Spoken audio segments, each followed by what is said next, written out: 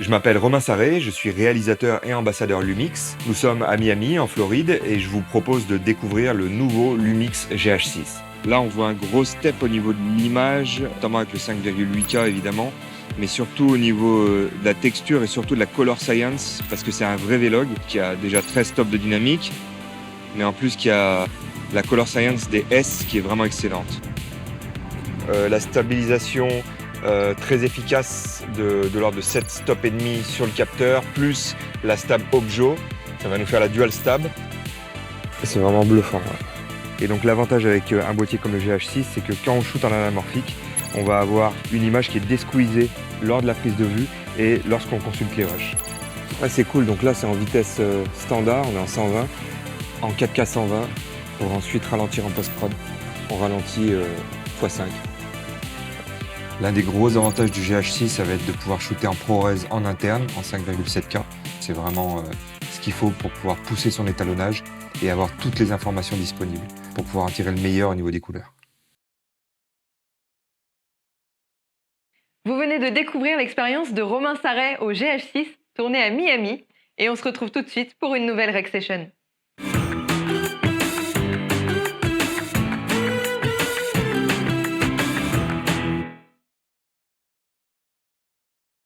Bonjour à tous et bienvenue dans cette nouvelle Rec Session dans laquelle on va parler ensemble du GH6. Avant de commencer, petite information, cette Rec Session est chapitrée, donc vous pouvez d'ores et déjà sauter directement au chapitre qui vous intéresse, et si tout vous intéresse sur le GH6, eh bien on démarre tout de suite ensemble. Alors aujourd'hui, je ne suis pas toute seule sur le plateau, je suis accompagnée de deux de nos ambassadeurs, Romain Sarré et Bernard Bertrand, que vous avez à côté de moi. Bonjour Romain, bonjour Bernard. Salut Mathilde. Bienvenue. Romain, tu es un de nos ambassadeurs depuis plusieurs années. Tu as commencé en tant que photographe et maintenant tu es vidéaste. Exactement. Tu travailles particulièrement ta colorimétrie dans les images. C'est ce qui t'importe énormément dans tes images. Et puis tu es également le créateur du blog GH4 et GH5 France. Exactement. Donc tu échanges beaucoup aussi avec la communauté Qui s'appelle maintenant d'utilisateurs. blog Lumix Comment tu vas faire GH6 France. D'accord. Et puis Bernard, donc Bernard pareil, ambassadeur depuis plusieurs années maintenant, vidéaste, beaucoup plus en studio. Toi tu travailles beaucoup les images en studio. Des personnages quoi. Des personnages. Mode, des choses comme ça, ouais. C'est ça. Et donc tu insistes beaucoup sur la lumière, sur la light sur tes tournages. Et bien bienvenue à tous les deux en tout cas. Je suis ravie de vous recevoir. Et puis on recevra également, vous le verrez un petit peu plus tard, j'ai rencontré plus tôt dans l'enregistrement Olivier Lavielle qui a travaillé plutôt sur la photo avec le GH6. Alors ce qu'il faut savoir sur ce boîtier, c'est qu'il est terminé depuis 2020. Ça fait en fait plus de 2 ans que les ingénieurs Panasonic ne travaillent plus que sur la partie software du GH6. GH6 qui va d'ailleurs entre autres intégrer le 4.2 de 10 bits en 4K directement en interne, comme la majorité de nos boîtiers dans la gamme Lumix, à la fois sur la gamme plein format qui va concerner donc les Lumix S et aussi sur la gamme micro 4 tiers, donc les Lumix G.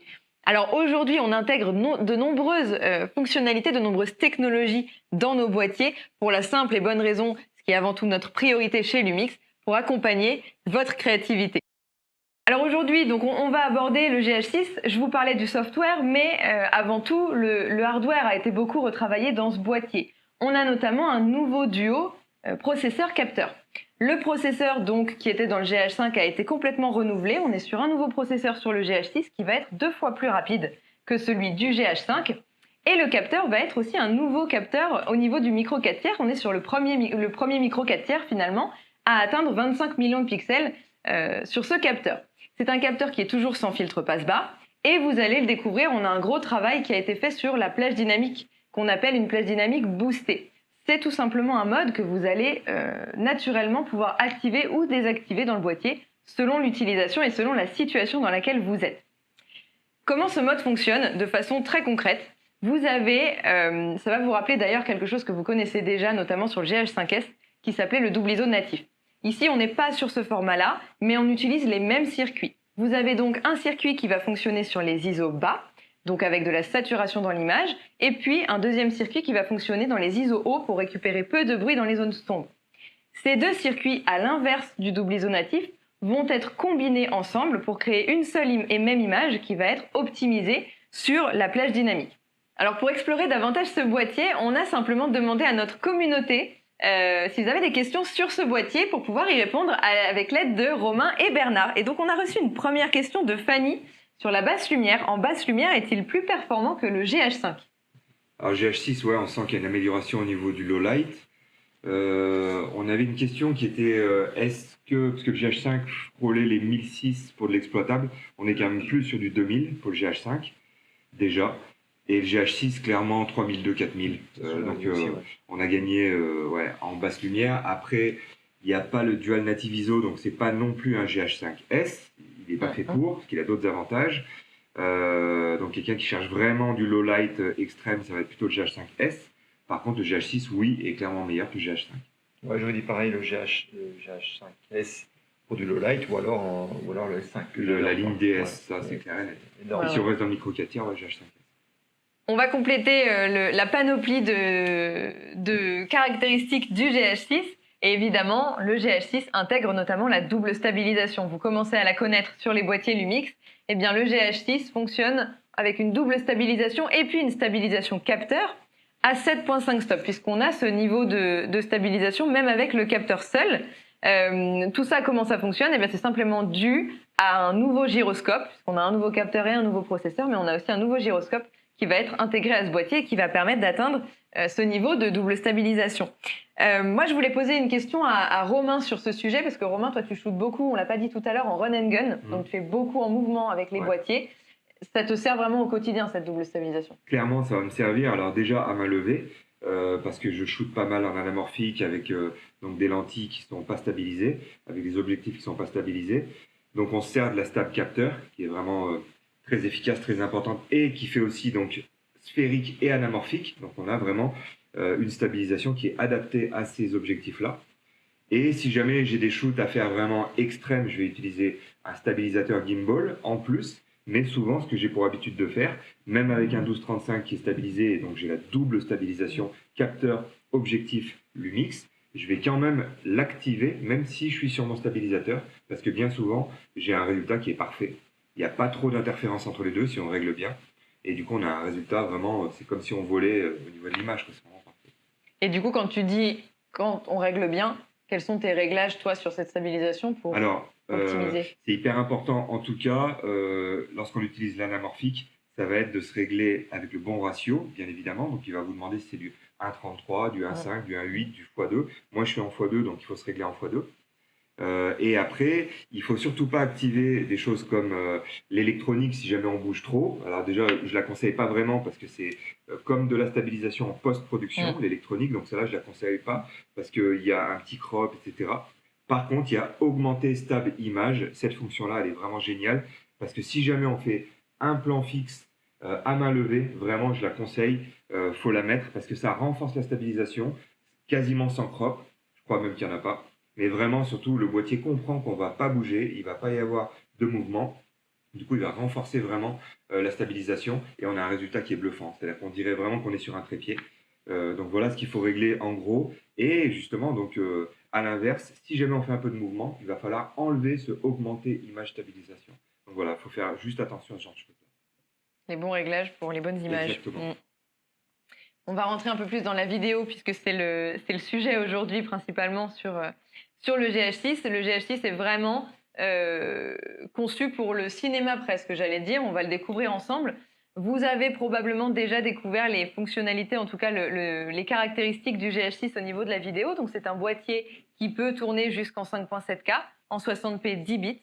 Et puis on a effectivement aussi de la cinéma 4K et de la 4K si on veut atteindre du 422 10 bits en plus, en 60p toujours.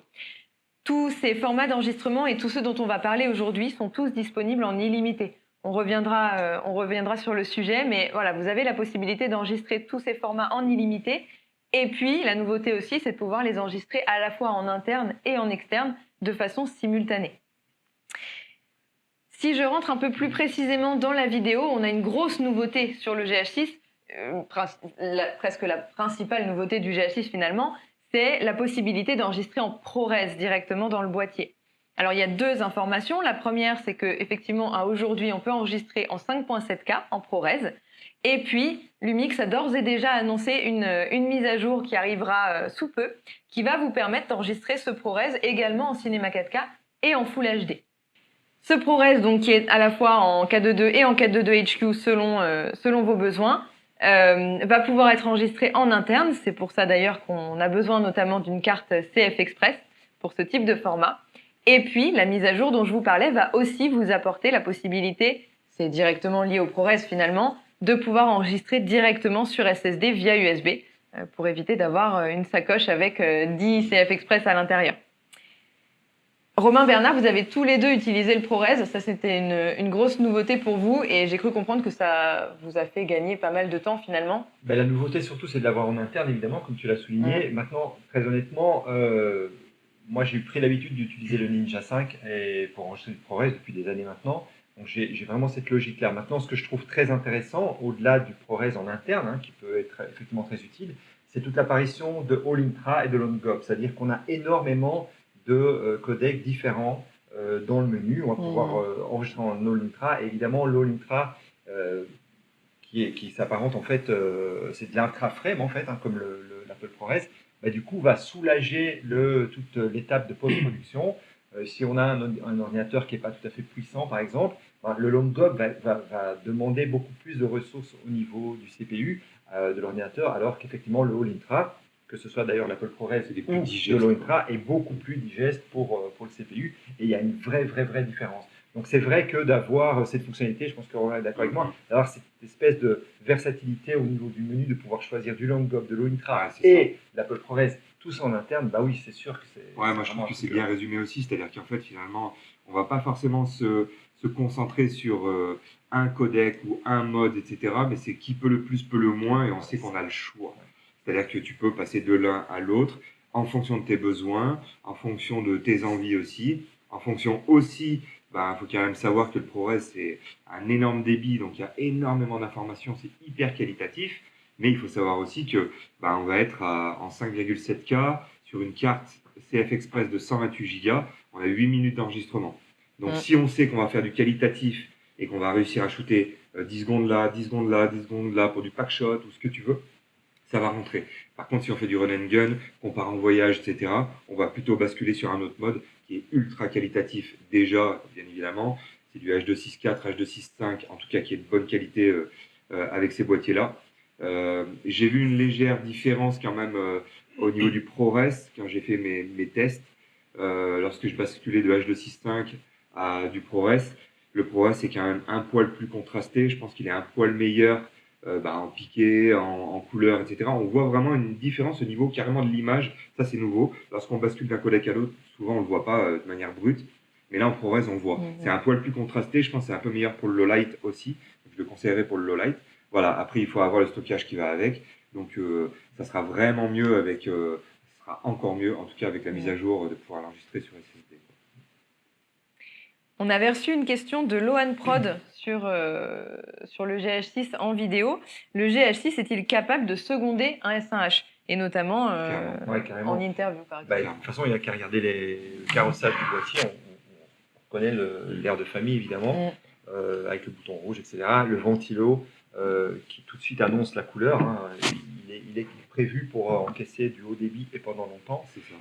Et puis finalement, quand on navigue dans le menu, je veux dire, au départ, on a 34 positions d'enregistrement. On retrouve d'ailleurs le même filtre qu'on a dans le menu du S1H, c'est-à-dire qu'on peut filtrer en forme de codec, variable framerate, pour pouvoir alléger ce menu et passer de 6 pages à 2 pages, par exemple. On commence à l'appeler un peu partout, le mini S1H. Oui, mais c'est carrément ça. Franchement, pour moi, c'est un SAH en micro 4 tiers.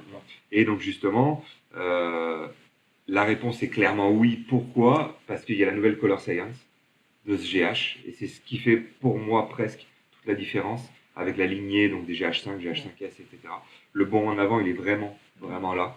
Et la réponse est un grand oui, parce ils ont pris la Color Science DS. Donc là, clairement, on prend un SAH, on prend en caméra B le GH6, et là, zéro souci. Ça va être la même image. Je suis tout à fait d'accord avec Romain. En fait, on capitalise quelque part dans la gamme S, on capitalise sur tout le savoir-faire des Varicam en fait. Exactement.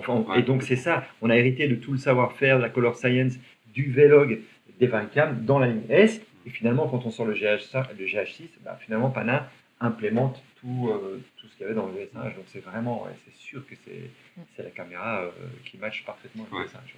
C'est ça. Le GH6 est même fait pour ça, pour être compatible avec ces autres boîtiers chez Panasonic. Vous me faites une transition parfaite sur le V-Log, puisqu'effectivement, le GH6 intègre un V-Log qu'on appelle full, qu'on peut appeler full, puisqu'on n'est pas sur le V-Log L, donc light, qu'on avait sur les GH précédents, et notamment sur le GH5. Ici, on est vraiment sur le V-Log qu'on va justement retrouver dans les Lumix S. Tout à fait.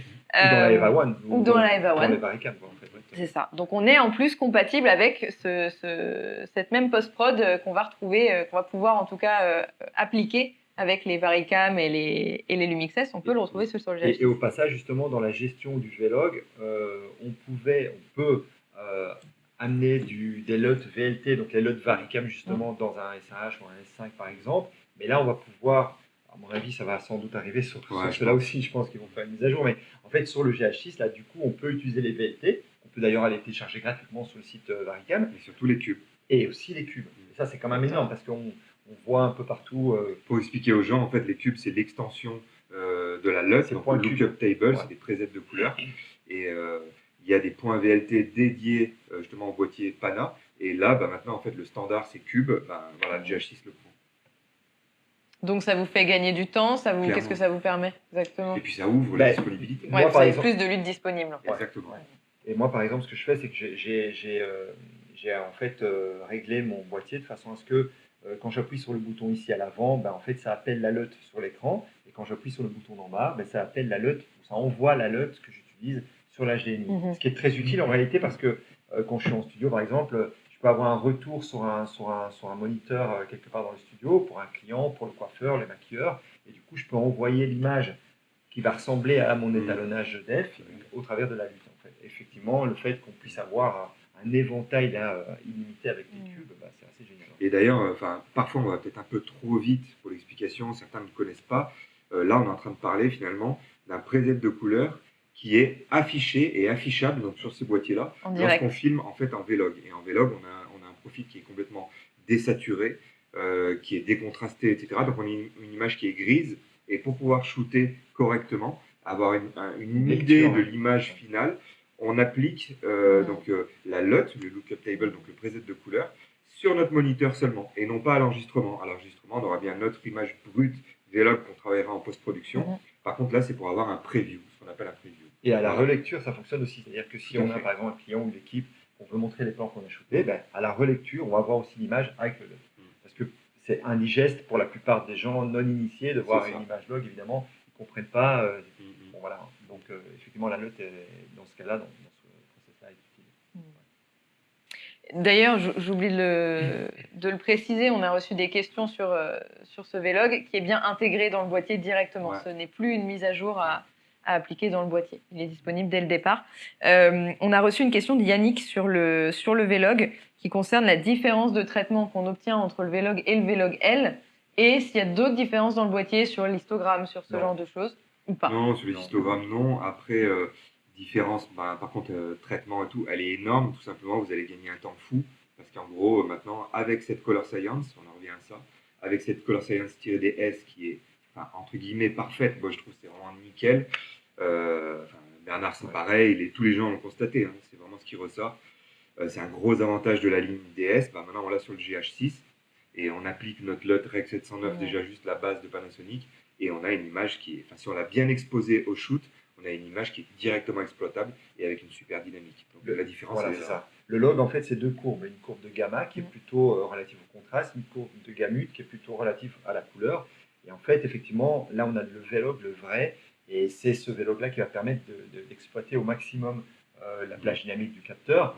Et pour répondre à Yannick, en gros, c'est pas quelque chose qui sera notable au niveau des outils, waveform, histogramme, entre un V-Log ou V-Log L, c'est pas quelque chose qui sera significatif, mais qui est par contre tout à fait significatif en termes de rendu d'image quand on est en post-production. Tout à fait. Moi, je tiens juste à préciser quand même, on va peut-être en reparler après, mais que c'est vraiment ce qui m'a le plus surpris, je crois, c'est cette Color Science-là, mais vraiment donc la dynamique, le global, etc.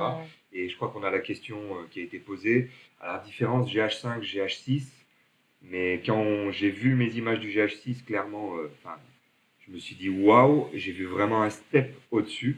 Et là, on voit que l'ensemble fait que c'est plus du tout les mêmes boîtiers. un GH5 et un GH6. Un GH5, c'est une super image et je ne dénigre pas. Vous savez très bien que j'aime beaucoup les GH5, GH5S et tout. Mais on nous a posé la question, est-ce que ça vaut le coup, etc. GH6, oui, un step supplémentaire vraiment énorme au niveau du rendu. Et c'est tout ça, c'est cette dynamique, ce vrai Vlog, Color Science, plus tout ce dont on va parler. On continue du coup dans la cascade des caractéristiques. Le GH6 a évidemment aussi des modes de ralenti, du slow motion, et notamment une grosse attente au niveau du slow motion sur la 4K 120, puisqu'on a désormais de la 4K 120 en 10 bits. Alors on a aussi des ralentis jusqu'à des niveaux assez extrêmes, 240, 300 images secondes si on passe en Full HD. Mais voilà, on a cet accès à la 4K 120. Et j'en profite pour préciser, puisqu'on a eu la question de Grégory sur la disponibilité du RAW dans le boîtier. Eh bien, via la mise à jour justement qui concernera notamment l'enregistrement SSD, etc., vous allez pouvoir aussi accéder à la 4K 120 en RAW via les écrans Atomos. En ProRes RAW. Oui. Alors Romain, j'ai vu tout à l'heure tes gros yeux, parce qu'en fait pour toi c'est ça la caractéristique principale, c'est le 4K 120. C'est l'une des grosses caractéristiques, en tout cas l'une des grosses nouveautés, parce que la 4K 120, ça amène vraiment la possibilité de faire du slow motion x5 lorsqu'on est en 24p. D'ailleurs, je réponds à la question qu'on nous a déjà posée. Il y a des gens qui le trouvent qu'en 100p lorsqu'ils sont en 25, donc en PAL, il y a la fréquence. Ouais. Vous pouvez régler donc la fréquence des GH comme d'habitude. Vous avez le NTSC, vous avez le PAL et vous avez le mode cinéma 24 Hz. Il faut se mettre en 24 Hz, donc en mode 24p, quoi, enfin le mode 24 Hz du GH pour trouver le 120. Donc c'est pas du VFR, c'est vraiment, vous allez avoir dans votre liste des résolutions, vous allez avoir définition, vous allez avoir 4K 120p. Donc c'est vraiment du x5. Moi j'ai fait mon montage, ma vidéo, je l'ai faite en 24, j'ai tout filmé en 24. Et donc pour tous mes slow motion sphériques, j'étais en 4K 120. Et je voudrais quand même juste préciser quelque chose qui est très important par rapport à la 4K 120 que je n'ai pas forcément dit, mais je veux insister sur la qualité de ce mode-là. On a du vrai slow motion x5, donc en 24p, enfin 24 Hz. Donc on est en 4K 120p, 420 10 bits, et vraiment, c'est bluffant au niveau de du piqué, au niveau des couleurs, parce qu'on est quand même en 10 bits, même s'il y en a qui disent 420, c'est pas assez par rapport au 422, je peux vous dire que j'ai poussé mon étalonnage à ce niveau-là. On a vraiment beaucoup d'informations. On n'a pas, comme on a pu voir sur certains modes slow motion, du noise, des choses comme ça. Vraiment très bonne qualité. Le 4K 120, c'est bluffant. Donc moi, je trouve que c'est l'une des plus grosses nouveautés du GH6. Et justement, on a Kevin qui nous a demandé quels étaient les meilleurs réglages pour vous pour enregistrer la 4K 120. Il n'y en a pas parce que c'est quasiment bon en fait. En fait, en rec, bien sûr, on fait la rec des 180. En rec, c'est d'excellentes factures directes, quoi. Très honnêtement. Il n'y a pas besoin de, comme on faisait avant, rajoute un peu de la light, etc. Non, voilà, franchement, c'est d'excellente qualité. Une parenthèse, quand Romain parle de règles de 180, en fait, pour ceux qui ne connaissent pas, vous pouvez définir votre vitesse d'obturation. Plutôt que de l'avoir en vitesse, vous allez pouvoir l'avoir en angle. Et dans le cinéma, mais évidemment, je pense qu'il y en a beaucoup qui savent maintenant, mais on continue de le répéter pour ceux qui débarquent un peu dans l'intention de faire des images le plus cinoches possible, on va toujours doubler la cadence d'enregistrement pour obtenir la vitesse d'obturation. Et en fait, c'est très simple, surtout quand on passe d'un format d'enregistrement, d'un mode à l'autre, que parfois on est à 25, parfois on est à 50, parfois on est à 120 ou à 100. En fait, l'appareil, si on se règle en angle ISO plutôt que angle vitesse, du coup, il va effectivement adapter systématiquement la vitesse d'obturation. On lui met 180 et du coup, il va doubler donc à chaque fois la vitesse d'obturation. Et donc, pour reprendre l'exemple de Bernard, si vous êtes à 25p, il faudra vous mettre à 1,50 en vitesse. Si vous êtes à 50p, il faudra vous mettre à 1,100. On va dire que c'est la règle qui fonctionne bien en termes de motion blur, de mouvement. Bouger, quoi, pour les flux bouger. Et donc voilà, et les boîtiers comme ça, professionnels, entre guillemets, avec tant d'options, vous permettent de vous mettre à 180, donc vous réglez en shutter à 180 et vous ne vous souciez plus du tout de ce côté-là, de vitesse, shutter. Lui, il va adapter, il va tout le temps doubler. On a reçu une autre question plus précise sur la 4K 120 qui concerne le pixel binding. Est-ce qu'il y a du pixel binding sur la 4K 120 ? A priori, on est plutôt sur du downsampling en fait depuis la 5.7. Voilà. C'est pour ça, et ça explique la qualité. C'est du downsampling du coup ou downscaling, de la 5,7K, enfin de la partie 5,7K, et ça explique la très belle qualité du 4K 120. J'insiste là-dessus. Ça marche. On va continuer dans les gros specs du GH6 avec une caractéristique que vous utilisez beaucoup tous les deux et qu'on va retrouver dans vos vidéos, qui n'est autre que l'anamorphique. Alors ça peut paraître anecdotique, mais on va vous entendre sur le sujet. Donc le GH6, il enregistre en mode anamorphique en interne, à la fois en 5.8K et en 4.4K, toujours en 10 bits. Et puis alors les deux avantages qu'on a sur ce mode-là avec le GH6, c'est la première dont Romain a déjà un peu parlé sur la stabilisation, puisqu'on va pouvoir adapter, informer le boîtier de l'objectif qui est utilisé pour qu'il puisse adapter la stabilisation au ratio de l'objectif. Et le deuxième avantage sur le GH6, à la manière de l'affichage des luttes, pour avoir cet aperçu, on va avoir la même chose sur l'image anamorphique, puisque comme vous le voyez à l'écran, voilà, derrière moi, vous avez en fait, quand vous enregistrez en anamorphique, vous avez une image qui va être complètement étirée, ou plutôt qui va être enregistrée de façon déformée, voilà, et qui va ensuite être réétirée en post-production. Le principe du GH6 et des Lumix S aussi d'ailleurs sur ce même mode, c'est de pouvoir visualiser directement sur le boîtier, d'avoir un aperçu de l'image qui va être déjà ce qu'on appelle desqueezée, donc réétirée au bon format pour vous permettre de cadrer tout simplement bien vos images. Le point. Voilà, c'est ça. Donc vous l'avez utilisé tous les deux, Bernard. Oui, tout à fait. C'était vraiment... on sait vraiment que l'anamorphique est vraiment purement dans l'ADN des GH, ça depuis toujours. Et maintenant le mix en général. Oui, c'est ça. Et surtout, je dirais, avec le format 4 tiers, c'est tout à fait le format adapté pour l'anamorphique.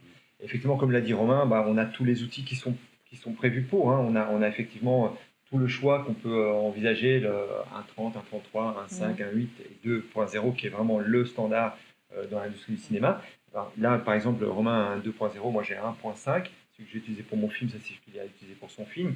On peut faire vraiment tous les types de montages exotiques avec des scopes comme ce qu'on a, ou alors des lentilles anamorphiques dédiées. Voilà, là dans mon cas, j'ai utilisé le Semilux 25 avec un scope 1.5 de chez Evascope. Et c'est avec ce montage-là que j'ai fait le petit clip que vous allez voir. Vous allez voir un extrait à l'instant. Alors pourquoi? Moi j'ai shooté en 4.4K, contrairement au choix que Romain a fait. D'abord je vais du 50p pour avoir mes ralentis de moitié au niveau de l'image. Donc je choisis 4.4K en 50p. Et aussi parce que si je montais à 5.8K, pour le coup en anamorphique on est à 5.8K, mais en fait avec le Semilux, j'avais un vignettage au niveau de mon image, forcément, puisque là, il prend l'entièreté du capteur 4 tiers, et dans ce cas-là, je vignettais. Alors, la solution est très simple, dans mon cas, il suffit effectivement, comme Romain, j'en ai un d'ailleurs, un Helios, j'utilise l'Helios, je le monte sur les Evascope et c'est parti. Mais dans ce cas-ci, vous allez voir au travers... Alors, on t'explique juste pourquoi, parce que ça, c'est un 25 mm, et l'Helios, c'est un 58 mm. Voilà, exactement. Et donc, du coup, en fait, moi, pourquoi j'ai fait ce choix-là aussi avec le Semilux, c'est parce que, et on va le voir dans des captures d'écran, j'ai un piqué qui est vraiment incroyable. Alors que c'est souvent là où pêche l'anamorphique. Voilà, c'est ça. C'est qu'on a une image qui est un peu softée. Même quand on est net au niveau du focus, on a une image un peu softée. Alors que là, j'ai vraiment, même à pleine ouverture, j'ai vraiment une image qui est très piquée. Là où j'ai mis mon point, c'est vraiment super sharp. C'est aussi parce que c'est un setup moderne. C'est-à-dire que c'est un objectif Lumix ultra piqué, c'est le 25-4, ultra piqué, on le sait tous. Et ça, c'est un objectif anamorphique qui se vend encore, c'est un Evascope. Et du coup, c'est très piqué. Alors moi, je suis plutôt dans un peu la vieille école. Dans l'effet cinéma, finalement. Ça. Laurent, tu peux mettre, voilà. Donc là, on a un Helios. Donc ça, c'est un adaptateur M42 micro 4 tiers pour pouvoir mettre donc, le Helios. Le Helios, c'est un 58 mm f2. C'est une vieille optique qui vous fait déjà un bokeh qui est vraiment... c'est le twirling bokeh, c'est ça. Enfin, c'est un bokeh presque qui s'écroule derrière les personnages. C'est un bokeh tournant, quoi. Enfin, bref, un beau bokeh déjà. Et après, ici, donc, on a la lentille anamorphique. On a donc l'adaptateur anamorphique qui est un Kowa 8Z. Et donc, c'est l'équivalent du 16H, pour ceux qui connaissent. Il y a une bague adaptatrice ici.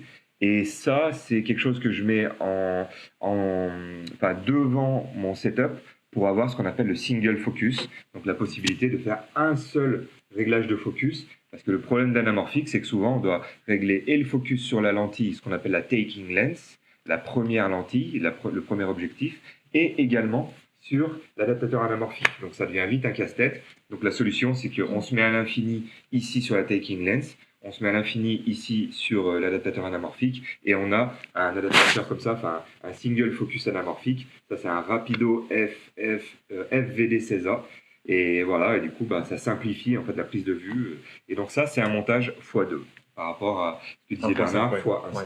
Alors moi tous les plans que j'ai fait dans le clip quand on va voir les extraits tout à l'heure, j'ai fait tout à main levée en fait. Là c'est pour ça que j'ai ramené mon setup, c'était vraiment comme ça, j'ai tout travaillé à main levée, mais je travaille toujours à main levée.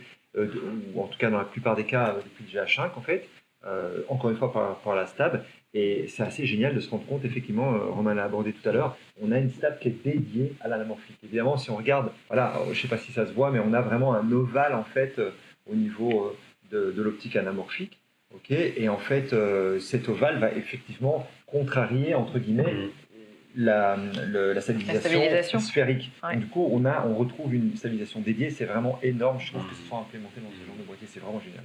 Ça, à ce niveau-là, c'est vraiment top. Et alors, un autre point aussi très important, c'est que là, on a vraiment des montages tout à fait, je disais le mot tout à l'heure, exotiques. Voilà, ça, je sais pas, on peut trouver ça sur eBay à 70 €, une optique comme ça. Ouais. Après, les montages, parfois, ça peut monter en fonction des modèles. Celui-là est assez cher. Je crois qu'on est aux alentours de 2500 € pour ce scope. Mais comme Romain l'a dit, c'est un truc tout à fait récent, etc. Qui est vachement bien fini. Simple d'utilisation. Super simple parce que c'est un single focus. Il y a le single focus. On a tout de suite le focus ici. On ne doit pas monter par des bagues. Mais surtout, là où je voudrais insister, c'est que on a tout de suite, avec ces optiques anamorphiques, un rendu cinoche. Vraiment, de par le format, de par le bokeh, de par le fait que, en fait, on a par exemple un 50 mm en hauteur, mais on a un 25 mm en largeur. Et ça change vraiment la donne. Donc, on va pouvoir faire des shots dans un endroit exigu, par exemple. Embarquer dans une voiture, par exemple, à 50 mm ne permettrait pas de faire le plan. Mais alors, du coup, avec un 50 mm anamorphique, on va pouvoir le faire parce qu'on a 50 comme ça, mais on a 25 comme ça. C'est vraiment énorme. Et puis, on voit apparaître sur le marché toute une déclinaison de marques qui commencent à proposer des montages abordables financièrement. L'anamorphique devient accessible. Sirui s'y met vraiment sérieusement. Et ce qui est vachement intéressant, c'est les objets carrément. Donc, c'est des objectifs. C'est-à-dire que ça remplace tout ça. Des objectifs un peu orienté ciné, quoi, vraiment anamorphiques, qui sont en train de faire pour la ligne des S, justement, donc S1, S1A, etc. Donc voilà, le montage, voilà, la monture L, maintenant, on va avoir quand même de beaux jours au niveau de l'anamorphique, et si vous voulez faire de l'anamorphique, franchement, avec un SRH, c'est vraiment énorme. Et donc, du coup, ce que propose aussi le SRH, c'est de se mettre justement en 4 tiers, enfin bref, tout est vraiment respecté pour faire de l'anamorphique chez Lumix. Et après, je voulais aussi insister, parce que c'est vrai que Bernard...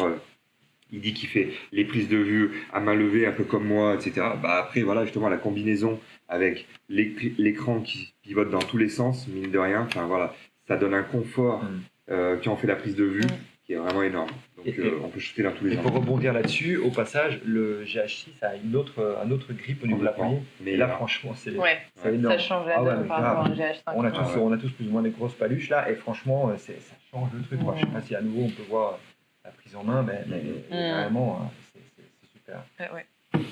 Et donc, si on revient sur l'anamorphique pour finir, en plus, là, j'y pense parce que Romain, tu utilises une optique x2. Le micro 4 tiers, à l'origine, est le format qui est adapté. En fait, le 4 tiers va nous permettre d'avoir justement le ratio parfait de 39 au final, avec, si on utilise donc un ratio anamorphique de x2, on va prendre du 4 tiers, et en fait, on va filmer large avec de l'anamorphique. Ça va nous faire donc... quand on voit l'image, alors donc c'est là où il faut qu'on en parle aussi, le desqueeze interne à la prise de vue, mais aussi quand on revoit les images, ça nous permet donc de faire notre point. Donc tout est desqueezé comme on va le faire en fait finalement en post-production. Ça c'est hyper important, c'est juste indispensable d'avoir ça. Et voilà. Et donc moi j'ai tourné en 5,8K parce que là c'est full capteur, 24p, il fait même 48. Et du coup, pour faire des légers ralentis, donc voilà, gros avantage à ce niveau-là. Moi, je me suis éclaté avec l'anamorphique du GH6 à Miami. Eh ben, on va le découvrir justement tout de suite. On va regarder ta vidéo et puis si tu as des juste petite précision, en fait, c'est simplement que c'est un mix en gros. Le sphérique, ça va être vraiment fait au 12-35, du 4K 120, un peu du slow motion. Et après, sinon, c'est de l'anamorphique voilà, pour faire vraiment un mix avec le cinéma. Eh ben, allez, on découvre ça ensemble alors.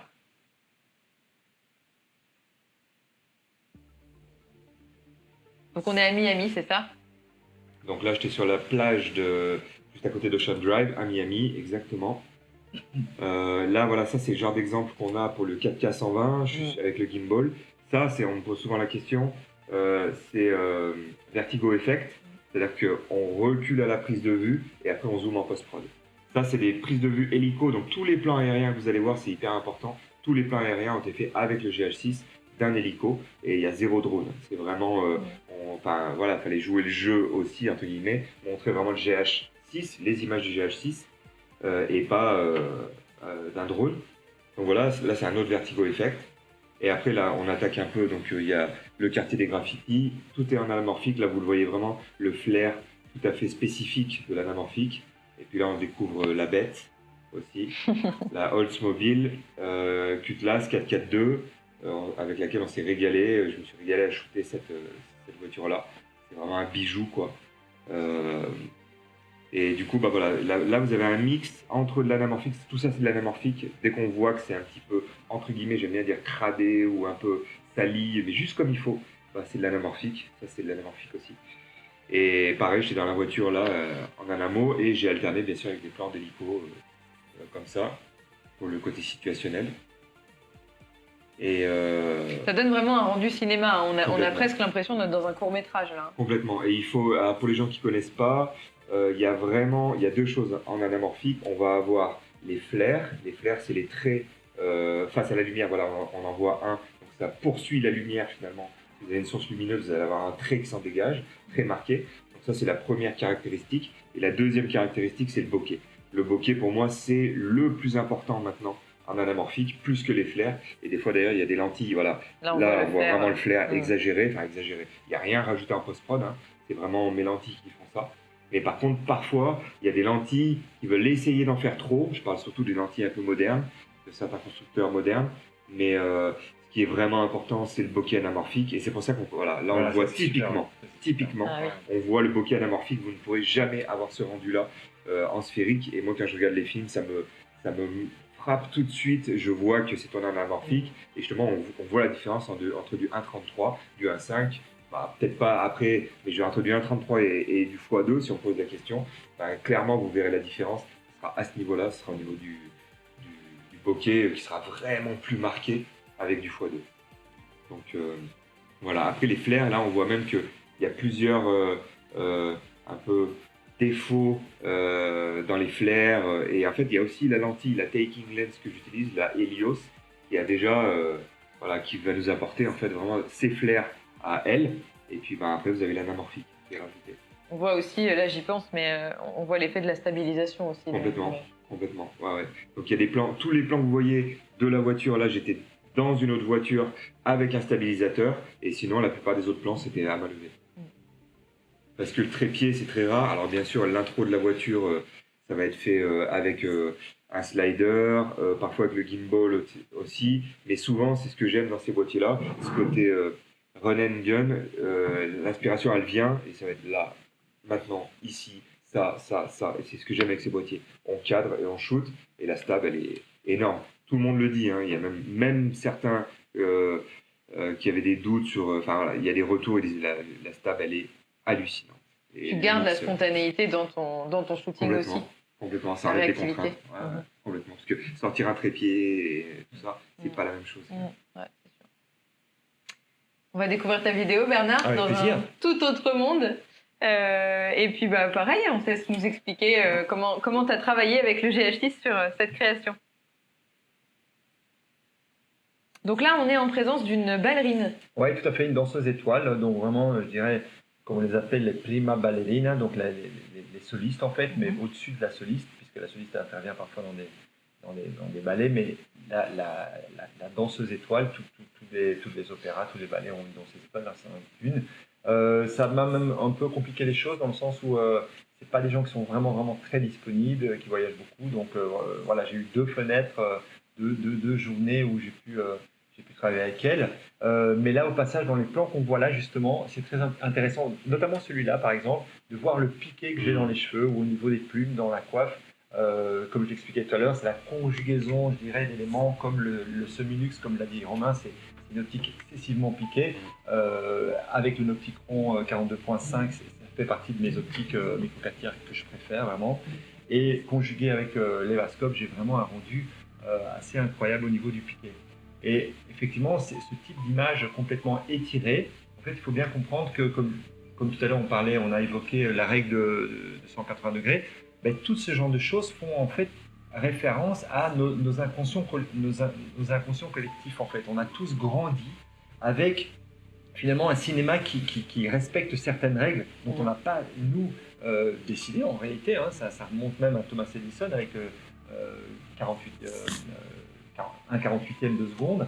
Donc toutes ces règles-là, que ce soit à un moment donné quand ils ont décidé de shooter avec des lentilles anamorphiques sur un film 35 mm, etc., c'est toutes des décisions qui ont été prises, mais nous on a tous grandi en fait avec un cinéma qui est comme ça, étiré, avec un bokeh spécifique, avec les bandes flares, avec les bandes noires, avec les flares qui sont spécifiques, donc tout un certain nombre d'ingrédients finalement qui nous ont conditionnés, c'est pour ça que je parle d'inconscient collectif. Qui nous font penser au cinéma. Oui, complètement, voilà, c'est ça, exactement. Et donc en fait, si je parle de ça et que je pense que c'est important de le dire, c'est parce qu'on commence à parler, d'ailleurs, c'est très présent dans le GH6, quand on parle de HFR, donc High Frame Rate, et une tentative d'ailleurs avec la suite des Seigneurs des Anneaux, je ne me souviens plus lequel, mais qui a été shooté en 48 images par seconde et projeté à 48 images par seconde.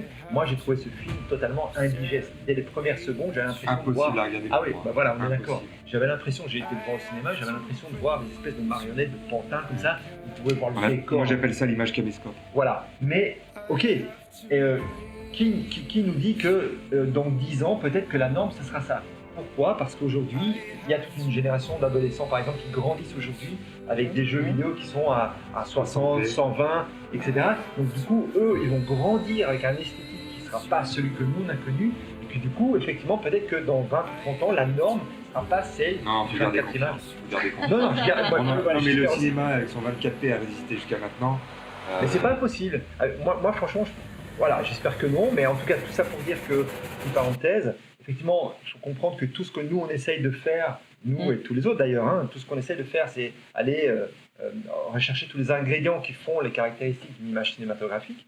On essaie de les réunir, mais il faut savoir aussi que ce type de boîtier-là est prévu aussi pour le HFR. Hein. On peut faire du high frame rate et donc faire des cadences effectivement hautes. Et là, du coup, on n'a plus du tout les mêmes flous de bouger dont on parlait tout à l'heure. Alors, on va enchaîner sur... on va terminer avec la vidéo. On a vu les principales specs que regroupe le GH6 aujourd'hui. On a reçu une question de Samy qui nous demande si aujourd'hui filmer en HLG est devenu pertinent avec un GH6. Alors, très clairement, pour moi, c'est pertinent, aussi pertinent que celui qui voulait faire de la photo en HDR. C'est aussi simple que ça. Quelque part, pour moi, l'HLG, bah oui, c'est pertinent si tu as envie d'avoir une image. C'est les goûts. Voilà, c'est ça, c'est une question de goût. Moi, perso, c'est là, je ne l'ai jamais utilisé. Vous l'utilisez pas? Non, pas du tout. Moi, j'aime pas ça. Donc. En fait, moi, mon raccourci aussi, c'est un peu. Je vais peut-être me faire des ennemis, mais je donne juste mon avis. C'est un peu anti-cinéma, anti-ciné-look. Et alors que justement, je fais beaucoup d'efforts pour avoir l'image que je voudrais avec de l'anamorphique, avec justement. Du Vlog. Le Vlog, c'est hyper désaturé, et donc ça laisse vraiment beaucoup de latitude en post-prod, etc. Et le HDR, il y en a qui vont dire « Ouais, mais non, c'est juste de la dynamique. » Non, mais moi, je suis désolé, toutes les images HDR que je vois, elles sont pour moi trop, entre guillemets, flashy. Donc très, très saturées, et je reconnais un peu à chaque fois les images HDR, quand je les vois. Personnellement, encore une fois, je n'aime pas trop.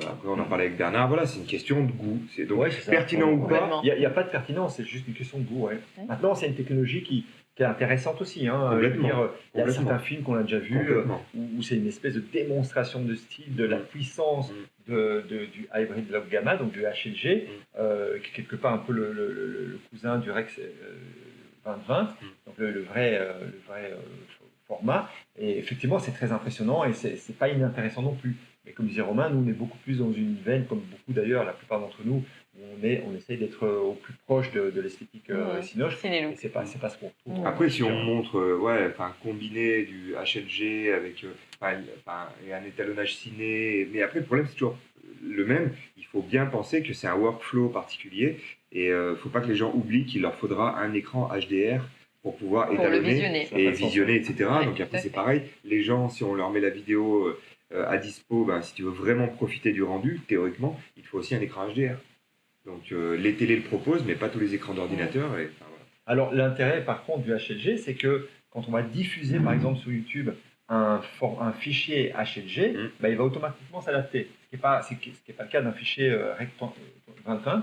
Là, dans ce cas-là, le HLG va s'adapter. On regarde si sur YouTube c'est diffusé sur un écran HDR, la personne va pouvoir le voir en HDR, et si c'est sur un écran standard, il va le voir en standard. Donc c'est pour ça que je dis que c'est pas inintéressant non plus, mais pour certaines applications. Mais maintenant, on ne peut pas vraiment parler pour répondre à la question de Samy, on ne peut pas vraiment parler de pertinence, c'est plutôt de choix. C'est des choix. C'est des goûts. Alors, on a reçu une autre question de Yannick cette fois, qui nous demande justement s'il y a des fonctionnalités qui ont été ajoutées pour améliorer le workflow et le tri des rushs sur le GH6. Workflow, suppression, etc. Enfin, il y avait les histoires de favoris, ça n'a pas trop évolué, pas bougé. Par contre, il y a une nouveauté dans le menu, donc clé à molette, carte. On a la possibilité, en fait, dans le nom du fichier vidéo maintenant, de passer en style ciné. Donc encore une fois, on voit que c'est une caméra qui est professionnelle, qui se professionnalise encore avec ce genre de choses-là, où on a la possibilité donc d'attribuer donc étiquette de volume de carte mémoire, dossier de destination. Là, il va tout nous indiquer. Et après, une fois qu'on se met en style ciné, il nous met simplement un avertissement.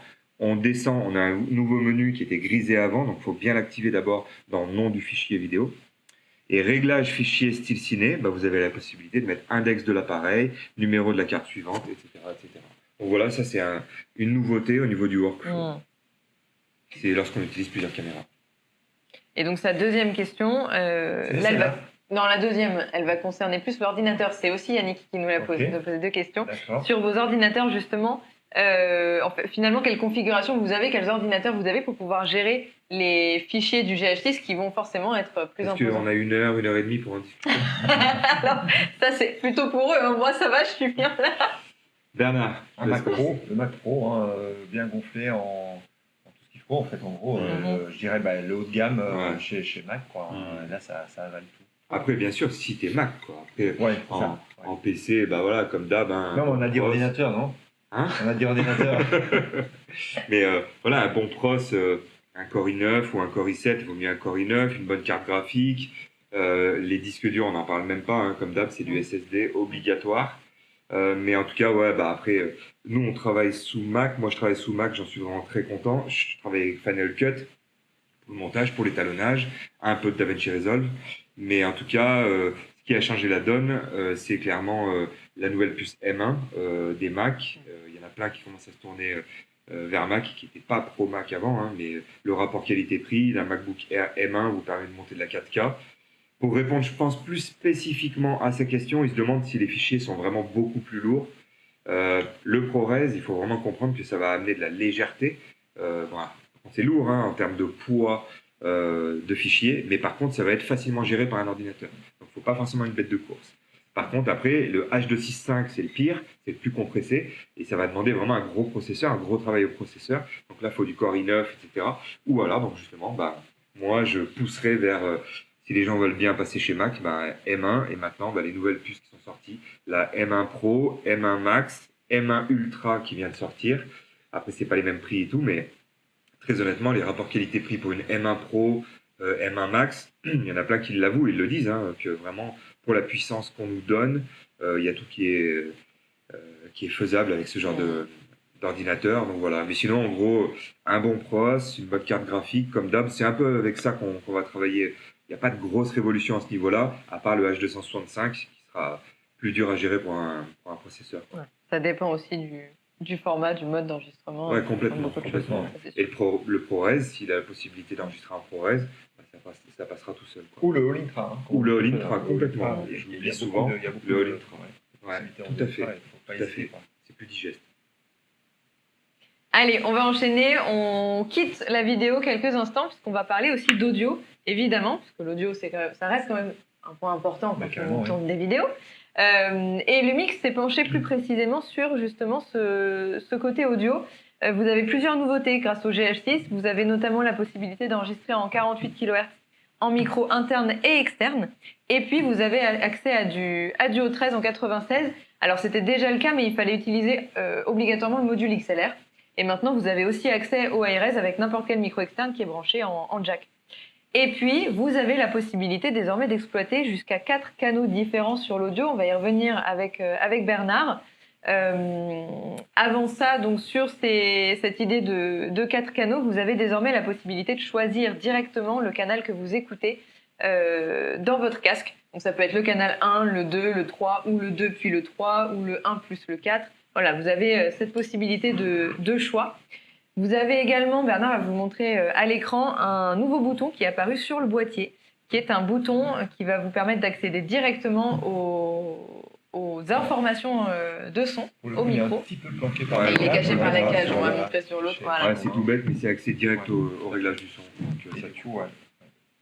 Et donc, ce système de 4 canaux va tout simplement exploiter à la fois les deux entrées XLR que vous avez sur le module XLR, et puis les deux, alors soit les deux canaux du jack, soit les deux canaux qui sont liés au micro interne du boîtier. Ça va vous permettre donc d'enregistrer directement avec 4 canaux différents. Vous avez plusieurs cas qui sont présentés sur l'écran, mais ça vous permet notamment d'enregistrer un son de n'importe quel présentateur et puis d'avoir un backup qui est possible via un shotgun que vous avez par exemple sur votre boîtier. Et vous avez en plus de ça la possibilité d'avoir du coup un enregistrement de l'environnement de votre vidéo. Après, c'est pas que non plus le bouton, parce que le bouton, en fait, il vous donne accès à ça. Et vous avez en un clic l'accès à tous vos réglages. Donc en fait, c'est là où c'est vraiment le game changer, ça va être vraiment ça. C'est l'interface quoi. C'est l'interface audio. Exactement. Vous avez la possibilité donc de régler quasiment tout et votre gain aussi quoi. Enfin voilà, et en 2 clics. Donc c'est vraiment cool. Bah, en fait, effectivement, comme tu le disais, Mathilde, le truc, ce qui est intéressant, c'est que du coup, on utilise le XLR qu'on utilisait déjà, que moi j'ai utilisé énormément de fois sur le GH5. C'est aussi le même XLR que j'ai utilisé sur la gamme S, sur la S5, S1H, etc. Ben, c'est le même accessoire qu'on va retrouver sur le GH6. Ça, je trouve ça franchement au passage un super point fort chez Pana, c'est que c'est pas parce qu'il y a un nouveau modèle qui sort que les accessoires qui fonctionnaient avec les autres ne fonctionnaient pas. C'est compatibilité. C'est pas ce qu'on retrouve toujours, sans citer de nom, chez les autres. Mais là, franchement, je suis très content de pouvoir utiliser mon XLR. Et là, pour le coup, effectivement, pour tous ceux qui font du documentaire, de l'interview, c'est pas vraiment ma spécialité, mais pour tous les face cam que je fais sur ma chaîne YouTube ou des choses comme ça, j'ai besoin de son. Et une de mes hantises, si je dois réaliser un interview par exemple, c'est d'avoir par exemple une cravate qui est planquée et que quand j'écoute le son à la fin, je me rends compte que ça frottait tout le temps, des choses comme ça. Donc j'ai toujours essayé de doubler la prise de son. Et là, pour le coup, effectivement, comme tu l'as dit, on va pouvoir, grâce au XLR, utiliser par exemple encore un accessoire ici avec le mini jack. On va mettre un micro là, on va utiliser les 2 XLR. Bref, comme tu l'as dit, ce qui est génial, c'est qu'on va pouvoir monitorer aussi canal par canal, individuellement, ou tous ensemble, etc. Enfin, on voit qu'ils ont vraiment voulu, je dirais, renforcer cet aspect-là. Et on comprend bien que du coup, ça devient vraiment une espèce d'écosystème complet au niveau de l'image et au niveau du son, et comme l'a montré Romain ici, au niveau de l'interface évidemment simplifiée qui donne accès tout de suite au shortcut. D'ailleurs, cette interface-là me rappelle la position Q ici, qu'on a ici à l'arrière, qui est vraiment absolument génial. Le Q menu. Du coup, on a le Q menu et qu'on va pouvoir très rapidement venir faire. On va pouvoir la paramétrer, le menu. On va pouvoir paramétrer le menu ici. On va pouvoir paramétrer ici le menu avec ce qui nous importe le plus. En l'occurrence, moi j'ai mes réglages pour l'anamorphique, pour la stab, mes LUT évidemment, et mes réglages en termes de vidéo et profil, style d'image. Ouais. En fait, finalement, c'est exactement c'est exactement ce qu'on retrouve ici avec la fonction audio. C'est aussi une interface complète qui ramène tous les éléments pour l'audio. On est preneur à chaque fois de ces accès rapides. Et le petit truc, moi, qui m'a fait sourire, parce que moi, en fait, j'adore, c'est ils ont rajouté un mode custom. Donc, moi, je suis preneur. Plus on rajoute, mieux c'est. C1, C2, C3, maintenant, on a C4. Et ça paraît rien, mais pour moi, c'est beaucoup, parce que du coup, vous avez un mode haute résolution, par exemple, sur le C1, vous avez tout enregistré. Vous avez un mode slow motion. Je parle on peut se régler tout ça. Et moi, je me règle mon C1 comme ça, mon C2 en slow motion, mon C3 en autre chose. Le C4, maintenant, ça va être photo. Et on peut switcher d'un monde à l'autre. Ça fait gagner énormément de temps. D'un monde à l'autre. Et c'est comme ça qu'on évite de rater ses shoots, c'est comme ça qu'on évite les erreurs, et ça, j'arrête pas de le redire à chaque fois. C'est vraiment en travaillant bien en amont son boîtier, en le connaissant bien et en réglant bien ses modes, là, vous évitez vraiment de vous planter dans vos tournages. C'est aussi l'avantage des Lumix d'avoir des boîtiers qui sont complètement personnalisables. Customisables, l'ergonomie. Justement, alors je voulais montrer un petit peu, parce que je pense que ça intéresse les gens, différence GH5, GH6 vue de haut. Parce qu'il y en a plein qui se posent la question. On voit le grip, on voit très bien le grip, la prise en main. Et là, l'ergonomie, vraiment mieux à ce niveau-là. Puis après, c'est bizarre, mais tout à l'heure, je l'ai repris vraiment côte à côte. Déjà, l'écran... on voit la diff au niveau, c'est bête, mais l'affichage, les positions d'écriture. Le S5 peut-être pour voir un peu. Ouais, S5. Voilà. Le S5 est plus compact, c'est marrant, et comme on disait tout à l'heure, presque ça nous manque, ce gros grip qui est parfait. Alors après, c'est peut-être adapté à nos mains, mais voilà. Ouais. Et donc il est aussi gros parce que, il y a le ventilo. Ouais, on y reviendra tout à l'heure, mais c'est vrai que c'est la principale raison pour laquelle... Mais c'est vraiment un boîtier qui tient super bien en main. Voilà. On va revenir sur la photo, parce que Romain, tu as commencé à en parler un tout petit peu. Avant ça, on a reçu quelques questions sur l'autofocus, justement. Notamment, est-ce qu'il est vraiment performant? Et puis, on a aussi reçu la question de Sébastien qui nous demande si la fonction de focus limiter, donc on va expliquer, permet justement d'améliorer ses performances de l'AF. Ce qu'il faut savoir pour les utilisateurs de GH5 principalement, et même avant, c'est que l'autofocus qu'on retrouve dans le GH6 est issu à l'origine de celui qui avait déjà été largement amélioré dans les Lumix S, dans les pleins formats. Donc là, vous allez pouvoir en parler parce que vous l'avez testé. On est toujours sur un autofocus à contraste. La principale différence, c'est que cet autofocus-là va venir exploiter complètement le nouveau processeur, qui lui est beaucoup plus rapide. Et c'est ce qui va lui permettre d'être beaucoup plus efficace finalement. Donc moi, ce que je vous propose, c'est qu'on revienne déjà sur cet autofocus, la fonctionnalité d'autofocus sur nos pleins formats, notamment la reconnaissance du visage qui a été améliorée, qui capte complètement l'iris, qui capte, quand il ne capte pas l'iris, le visage, c'est-à-dire que même si je tourne le visage ou si je suis de dos, il me voit quand même. Et puis qui bascule effectivement en silhouette. Oui, et quand il voit ni de visage ni de silhouette, du coup il bascule en 225. Zone. 225 et 315 maintenant sur le GH6. Ouais. Et ça, c'est vraiment le genre d'application que j'ai souvent montré quand je fais les masterclass. J'ai un sujet, je montre le visage, je montre le visage. Il n'y a plus de visage, il voit un corps, il voit une silhouette. Et quand je vais chercher par exemple un close-up sur une main ou quelque chose comme ça, il rebascule dans les collimateurs et ça fonctionne vraiment super bien.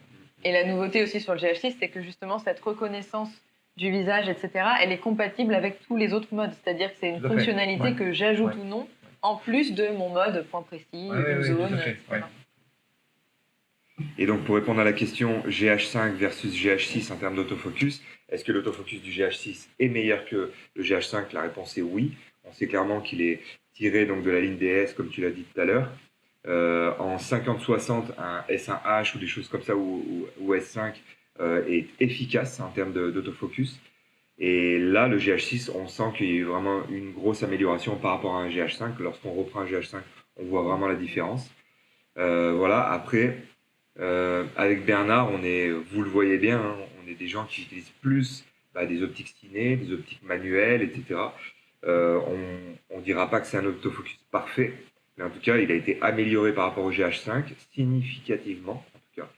Mais après, on n'est pas des grands pratiquants de l'autofocus, mais on sait qu'il est meilleur. Alors, Bert, je ne sais pas ce que tu en penses. Oui, tout à fait. En fait, j'ai été séduit aussi par les améliorations qui sont arrivées, effectivement, avec le S5, par exemple. Là, c'est sûr, on a vraiment de manière notable une amélioration. Et comme on le disait tout à l'heure, il y a vraiment une espèce de vase communicant dans la gamme, c'est très clair. Forcément, tout ce qui a été implémenté dans la gamme S, testé et implémenté par les ingénieurs, se retrouve là-dessus. Forcément, c'est sûr qu'il y a une différence avec le GH5, c'est une évidence. On a vu déjà d'ailleurs tourner pas mal de tests, c'est sûr que ça fonctionne beaucoup mieux.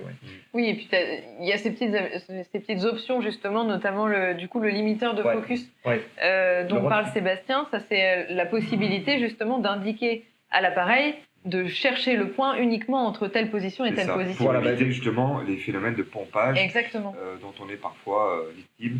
avec cet autofocus-là. Et là, du coup, c'est une solution. Ouais. En fait, en gros, comme le plan qu'on a là, par exemple, c'est un bon exemple, on pourrait très bien définir que une zone, quoi. Ça ne sert à rien d'aller faire le plan avant. D'aller chercher midi à 14h. Voilà, c'est ça. Ouais. D'aller challenger quelque part le focus. Voilà, peut-être que l'exemple n'est pas si bon que ça, parce qu'en admettant qu'on ait vraiment un paysage à l'arrière, on enlève de l'équation en allant utiliser ici, si tu veux me donner le top shot, le limiteur de mise au point, en fait, quand on va aller la régler, on voyait qu'il y a le limiteur à l'avant, limiteur à l'arrière, et du coup, on ampute complètement ces zones-là dans l'image en définissant que la mise au point doit être par exemple, sur 50 cm de profondeur, par exemple. Donc, oui, c'est le genre d'outils en fait, qui pourrait encore améliorer les choses, ou en tout cas être utile dans certaines configurations. Ouais. C'est un plus. Je pense qu'ils savent que ça va amener vraiment une amélioration à ce niveau-là et ça va éviter donc les pompages. Après, c'est pareil. Tout ça, bien sûr, ça fait un réglage de plus, on va nous dire. Mais il ne faut pas oublier que tous les boutons sont customisables. On peut l'attribuer à un bouton. Oui, pour avoir un accès très rapide. Voilà, si on veut avoir des bons résultats, on l'attribue et on fait un set. On l'active très vite. Voilà, et puis c'est pareil, on fait son set, on se prépare à l'avance, comme je disais tout à l'heure, et on se met sur du C1, C2, C3, etc. Pour bien sauvegarder ces paramètres, c'est important.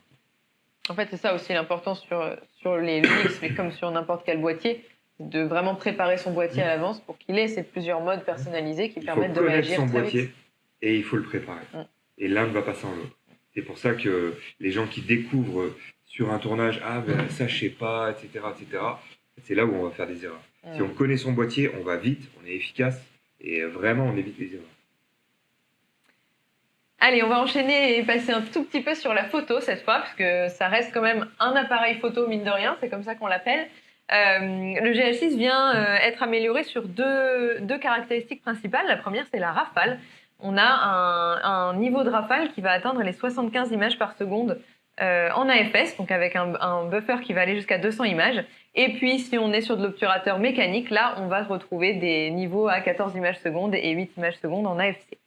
Il y a également sur cette rafale toujours un travail qui est fait sur le rolling shutter. C'était déjà le cas sur les autres boîtiers Lumix et c'est encore le cas sur le GH6. Ça se retrouve en vidéo aussi. C'est ce que j'allais dire, c'est hyper important et on n'en a pas trop parlé. Et malheureusement, le pauvre GH6, on n'en parle pas trop, je trouve.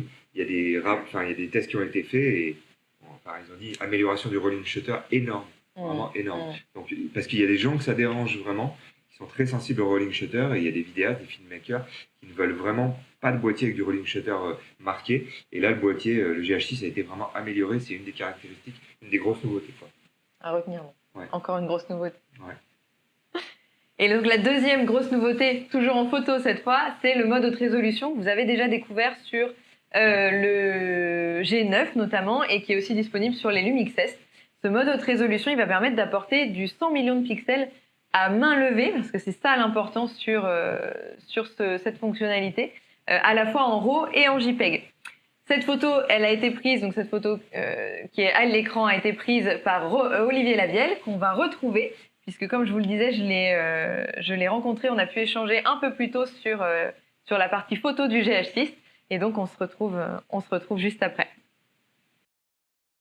Bonjour Olivier, bienvenue. Bonjour Mathilde. Olivier, tu es ambassadeur photographe donc pour Lumix. Tu es passé par de nombreux boîtiers puisque tu as commencé au Lumix G, tu utilises aussi du Lumix S, le S5 notamment.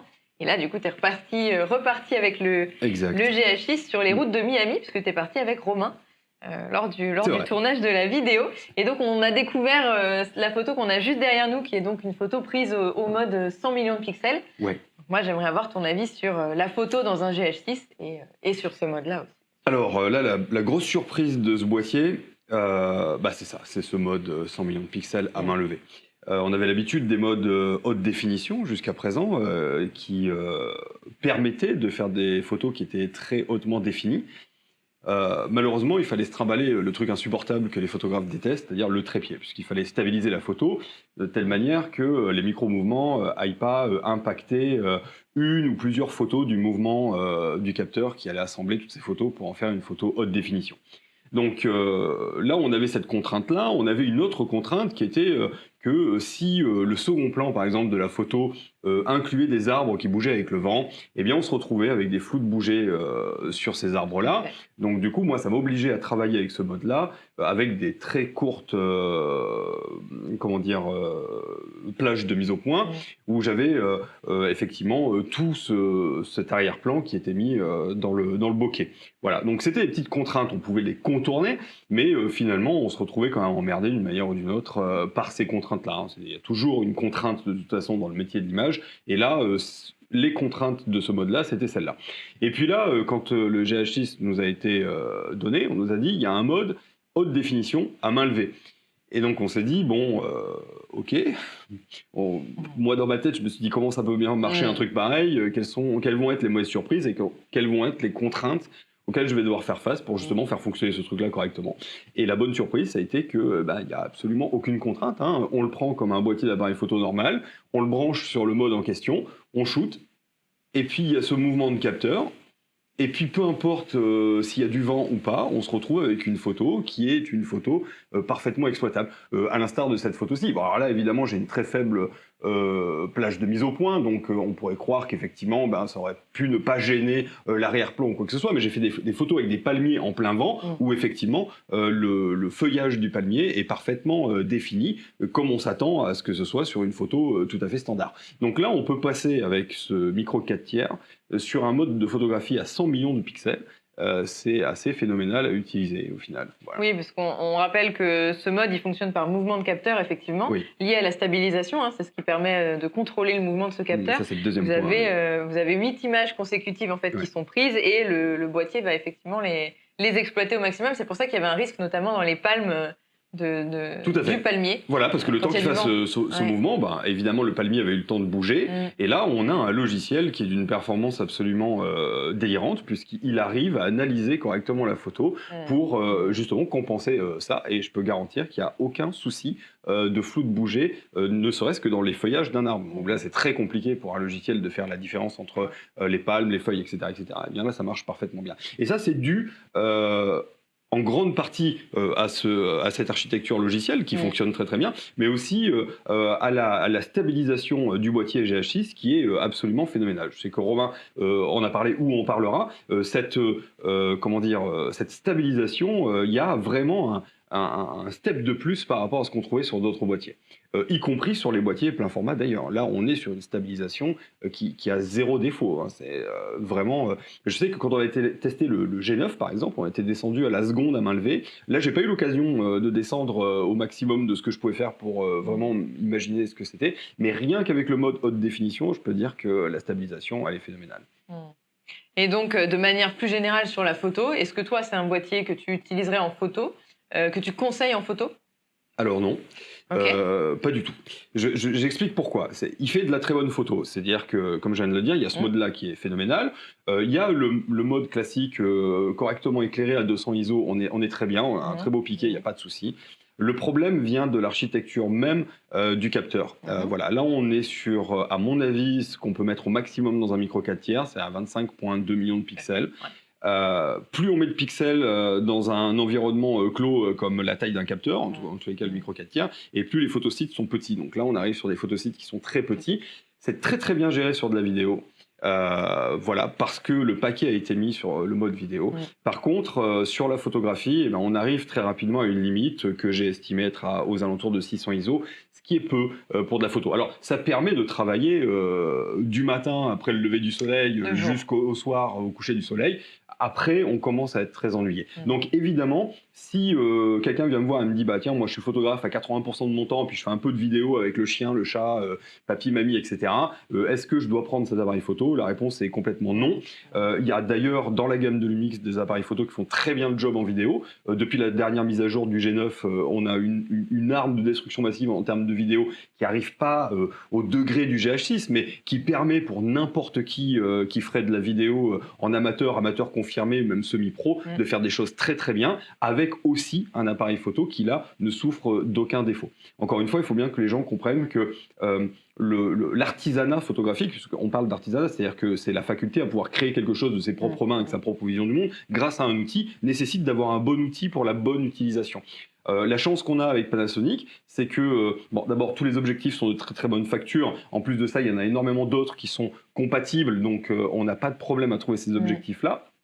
Mais la gamme des boîtiers est suffisamment large pour que chaque artisan puisse trouver son bon outil. Donc il faut que les gens connaissent particulièrement bien leur travail de photographe, leurs besoins en tant qu'artiste, et choisissent le bon outil. Donc évidemment, si on fait beaucoup de photos, si le fond de son travail, voilà, la principale utilisation, c'est de la photographie, le GH6 n'est pas du tout adapté à ça. C'est pas l'outil. Voilà. Par contre, le G9, toute la gamme S, moi la gamme S, je suis complètement amoureux, le S5 c'est une merveille. Alors là, si on travaille beaucoup et qu'on sait qu'on a un goût pour les faibles luminosités, le S5 c'est le boîtier qu'il vous faut. Voilà. On en avait parlé sur une autre capsule qu'on avait fait ensemble. Vous avez pris une photo d'aurore boréale à 12 800 ISO à main levée à 4 secondes, à cheval sur 2 fauteuils dans le cockpit d'un avion, et ça avait sorti une photo absolument merveilleuse. Donc le S5, c'est vraiment ce qu'il faut quand on fait de la basse luminosité. Le G9, il se débrouille très bien, mais évidemment, c'est toujours la même contrainte du micro 4 tiers. On ne va pas pouvoir monter très très fort dans les ISO. Par contre, ce qui est bien sur le G9,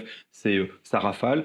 Il ne faut pas négliger le micro 4 tiers, jamais, parce que le crop factor du micro 4 tiers permet de monter des objectifs qui vont être moins onéreux que des objectifs plein format. Par ailleurs, quand on a besoin d'un 600 mm sur un plein format, on est obligé d'acheter un 600 mm. Quand on a besoin d'un 600 mm sur un micro 4 tiers, on peut acheter un 300 mm.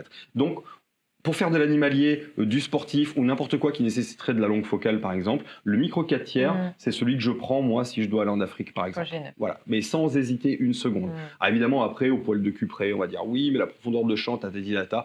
Bon, je vous garantis, quand vous shootez du sportif ou de l'animalier, la profondeur de champ, vous ne la cherchez pas à 1 mm parce que sinon, vous foirez toutes vos photos. Donc, quoi qu'il en soit, au travail à l'hyperfocale, sur un micro 4 tiers, on est très bien. Voilà. Donc, du coup, le GH6, non pour de la photo pure.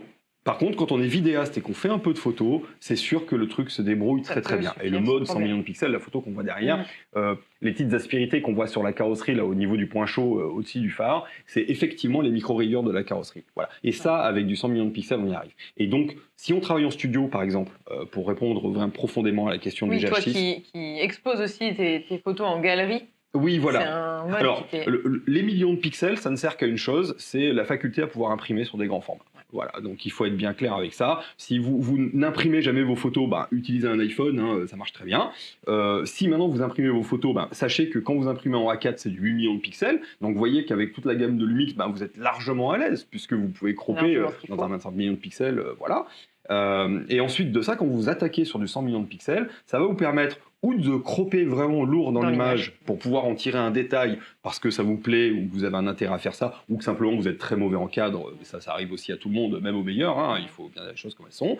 Ou alors, vous faites du pack shot, vous faites de la publicité, vous avez un client, il vient, il dit, voilà, je voudrais vendre une basket, et donc vous mettez ça dans un environnement qui est maîtrisé en lumière, etc., sachant que vous avez cette contrainte de monter en ISO que le GH6 ne peut pas assumer au-delà de 800 ISO pour être large, voilà.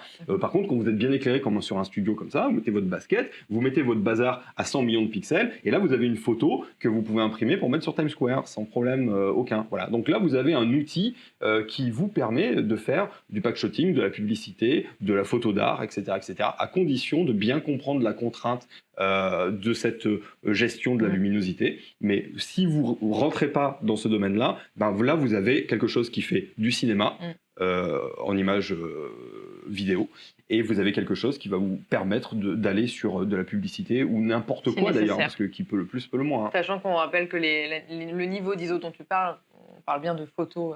On parle bien de photos, voilà. Moi, je vous parle de photos, je vous parle pas de vidéo, parce que je sais qu'il y a double ISO, plus un tas de... La plage dynamique boostée. La plage dynamique boostée, j'ai eu l'occasion de l'avoir fonctionné entre les mains de Romain. Je peux vous garantir que lui peut travailler sans problème sur des très forts ISO, sans que ça impacte la qualité d'image. Mais en photo, c'est pas un appareil photo qui a été fait pour aller dans ce domaine.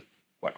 Clairement. Mais il y en a d'autres. Donc la gamme est large, il n'y a plus qu'à choisir le bon outil pour la bonne utilisation. Donc on retient S5 et G9, c'est à peu près ton conseil selon le capteur. G9 pour le micro 4 tiers, si vous avez un parc de micro 4 tiers, cherchez pas à comprendre, allez-y les yeux fermés, le G9 est vraiment merveilleux. En plus de ça, il fait de la très très bonne vidéo, donc là il n'y a aucun problème avec ça, il n'y a aucun risque. Et le S5, il est plus petit d'ailleurs que le GH6, il est très versatile, c'est un appareil photo qui sert absolument à tout, on n'a aucun problème. Et d'ailleurs, le S5, comme le G9, embarque aussi des modes haute définition. Il y a aussi des modes de résolution. Ils ne sont pas disponibles avec le mode haute résolution à main levée. Ça nécessite un trépied. C'est un truc de ouf. Hein. J'aimerais bien parler avec l'ingénieur d'ailleurs pour savoir à un moment donné quelle est la magie qui est derrière ça, parce que c'est bluffant. Enfin, ça n'est pas logique techniquement, mais ça fonctionne. Alors on s'en fout, mais finalement c'est. Ça restera un secret. Ben voilà, très bien. Merci beaucoup Olivier. Ben de rien, avec grand plaisir.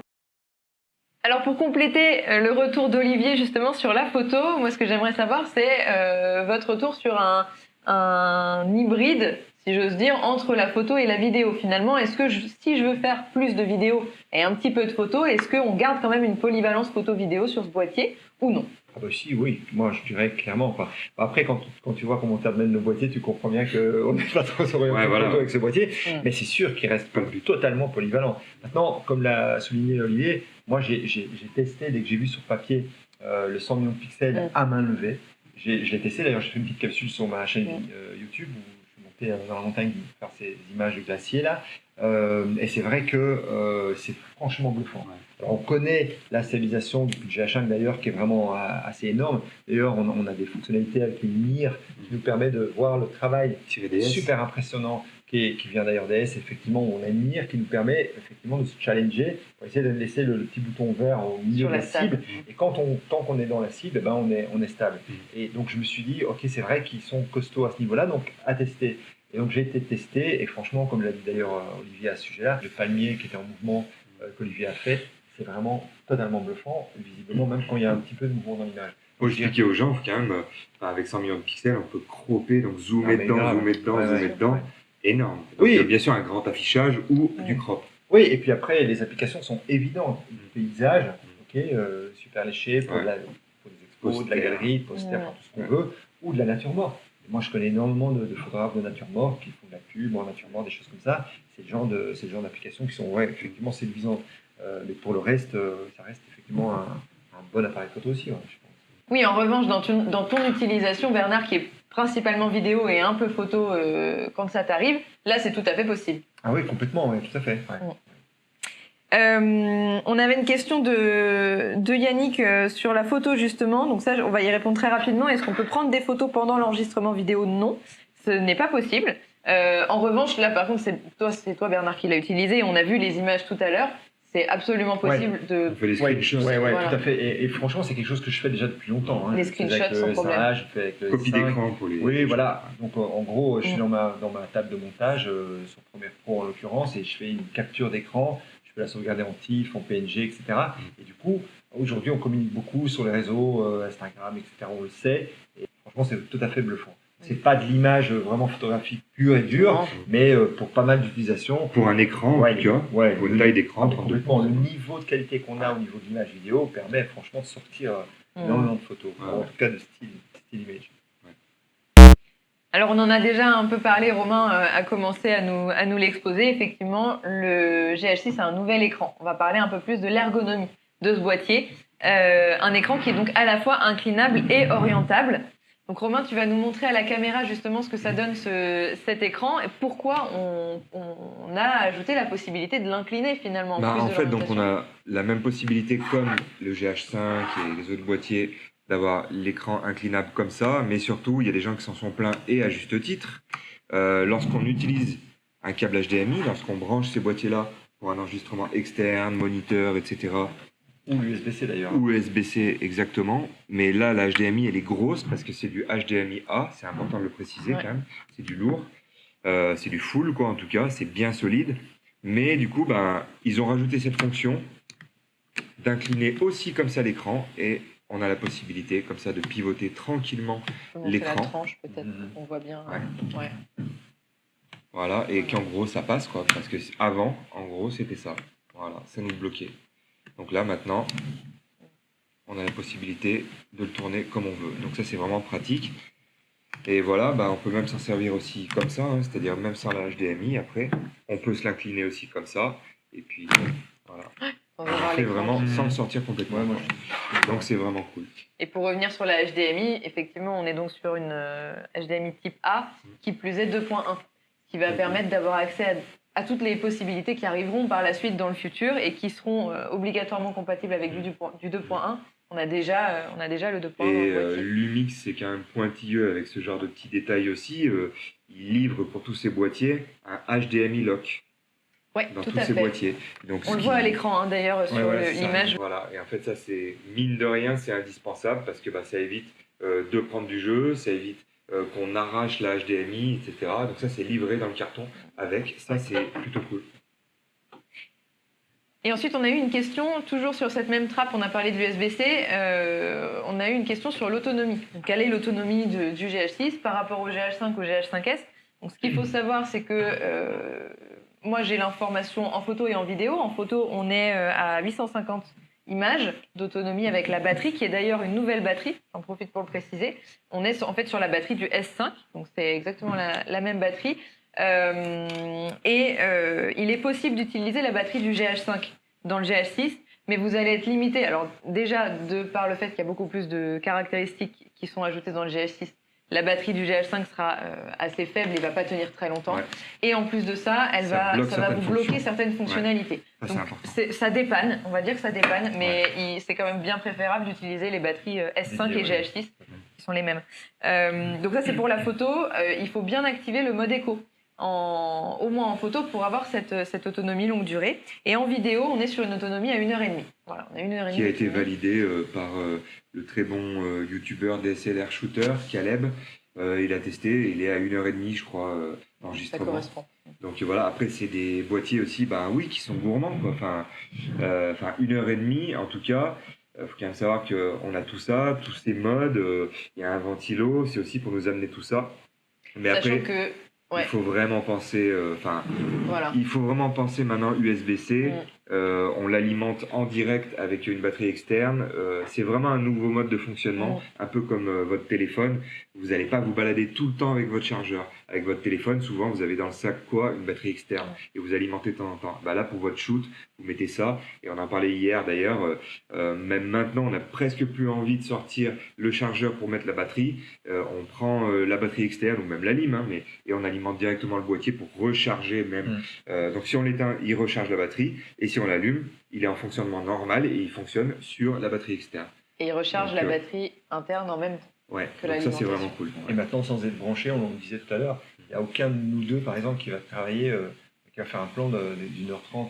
Voilà. On travaille une demi-journée ou 3/4 de journée comme ça, on fait un plan, on arrête. En gros, il faudrait deux batteries et puis on se balade avec une batterie externe pour alimenter un peu tous nos trucs, quoi, le téléphone, le machin. Tous nos appareils. Voilà, tous nos appareils. Et du coup, on s'en sert pour le GH. Alors justement, on va continuer dans la dynamique des temps d'enregistrement. Je reviens sur le temps d'enregistrement illimité, qui est tout simplement dû, ou en tout cas possible, grâce au ventilateur qui est intégré dans le GH6. Il faut savoir que le ventilateur, la première fois qu'on a intégré un ventilateur dans un Lumix, c'était sur le S1H. Donc la partie plein format, et c'est ce qui permet d'atteindre ses capacités aujourd'hui. Et ce qu'il faut savoir aussi, c'est que si le GH6 n'avait pas eu ce ventilateur intégré, il serait plus gros qu'un S1H aujourd'hui. Si on peut montrer la taille d'un S1H par rapport au GH6, on n'est quand même pas du tout sur le même boîtier. Alors là, on l'a de dessus, et même de face, on est quand même sur un boîtier qui est beaucoup plus massif. Et donc là, ce ventilateur nous permet de garder justement cette compacité qu'on recherche toujours sur la série GH et avec le GH6. Pour autant, ce ventilateur n'empêche pas la tropicalisation. On est toujours sur un boîtier qui est résistant, il est en alliage de magnésium et surtout il est tropicalisé. Donc il résiste à la poussière, au gel, au froid et surtout à la projection d'eau. Pour donner du coup l'explication principale, en fait, vous avez un fonctionnement qui passe par une ventilation, un refroidissement, qui passe par une plaque de graphite, qui fait qu'il y a deux éléments à refroidir dans un GH6, dans ce boîtier-là. Il y a la partie processeur et la partie CF Express, puisqu'évidemment, surtout en ProRes, la CF Express va chauffer. Ces deux éléments-là, en fait, profitent de deux circuits différents qui vont tous les deux amener l'augmentation de température vers une plaque de graphite. Et c'est cette plaque de graphite qui va être refroidie par le ventilateur. C'est ce qui permet aujourd'hui d'avoir un boîtier qui est tropicalisé avec un ventilateur à l'intérieur. On a reçu des questions justement sur cette tropicalisation. Alors donc oui, il est bien tropicalisé avec un ventilateur. En revanche, il n'est pas waterproof. On fait bien la différence. On peut pas plonger le boîtier dans l'eau. Ça reste une fonctionnalité, un fonctionnement uniquement sous la pluie ou sur des projections d'eau, pas sous l'eau. En revanche, il sera possible d'utiliser des cages, des caissons pour l'emmener sous l'eau. Voilà. Depuis 10 jours. Et on nous a posé la question d'ailleurs, qu'est-ce que ça va donner? En gros, voilà, on a décrit un peu toutes les améliorations du GH6 par rapport à un GH5, parce que la personne utilise un GH5 avec le caisson. Ça sera un peu meilleur en low light, ça sera meilleur en stabilisation, ça aura du ProRes, ça aura plus de dynamique, enfin plein de choses qui vont être un avantage, bien évidemment. Ouais. Et puis franchement, pour la tropicalisation, la température et tout, c'est presque une obsession chez Lumix. Pour connaître un peu tous ces boîtiers et un peu cette marque-là, chez eux, c'est une obsession. Ils veulent vraiment que ça soit nickel. Donc là-dessus, vous n'aurez jamais de soucis. Tropicalisation et chauffe, c'est vraiment... Ouais, et froid aussi d'ailleurs, parce que froid, je pense qu'ils parlent de moins 15. Moi, quand je suis monté... 10, je crois, officiellement. Mais... Moi, je suis monté là, dans la montagne à moins 12. Il faisait moins 12, moins 13. Et ça bouge aucun pas. problème. D'ailleurs, je sais comme disait Romain, ils annoncent des choses, ils savent qu'ils prennent la marche. Parce que là, franchement... De la même manière qu'on ne l'a pas précisé tout à l'heure, la plage dynamique monte jusqu'à du coup ce qu'on appelle 13 plus stop. Pour la raison, c'est qu'on ne pourra jamais, les ingénieurs ne communiquent pas sur du 14 stop parce qu'il y a certaines situations, peut-être 3% des situations dans lesquelles on sera à 13 ou 13 et quelques. Et la majorité des situations, on est quand même à 14 stop. Donc c'est vrai qu'encore une fois, ils préfèrent prendre de la marge dans ce qu'ils annoncent. Donc dans la boîte, on parlait du bloqueur de câble tout à l'heure avec Romain. Dans la boîte, vous avez aussi un câble BNC qui est inclus et qui va vous permettre notamment d'utiliser le timecode directement via la synchro flash qui est à l'avant du boîtier.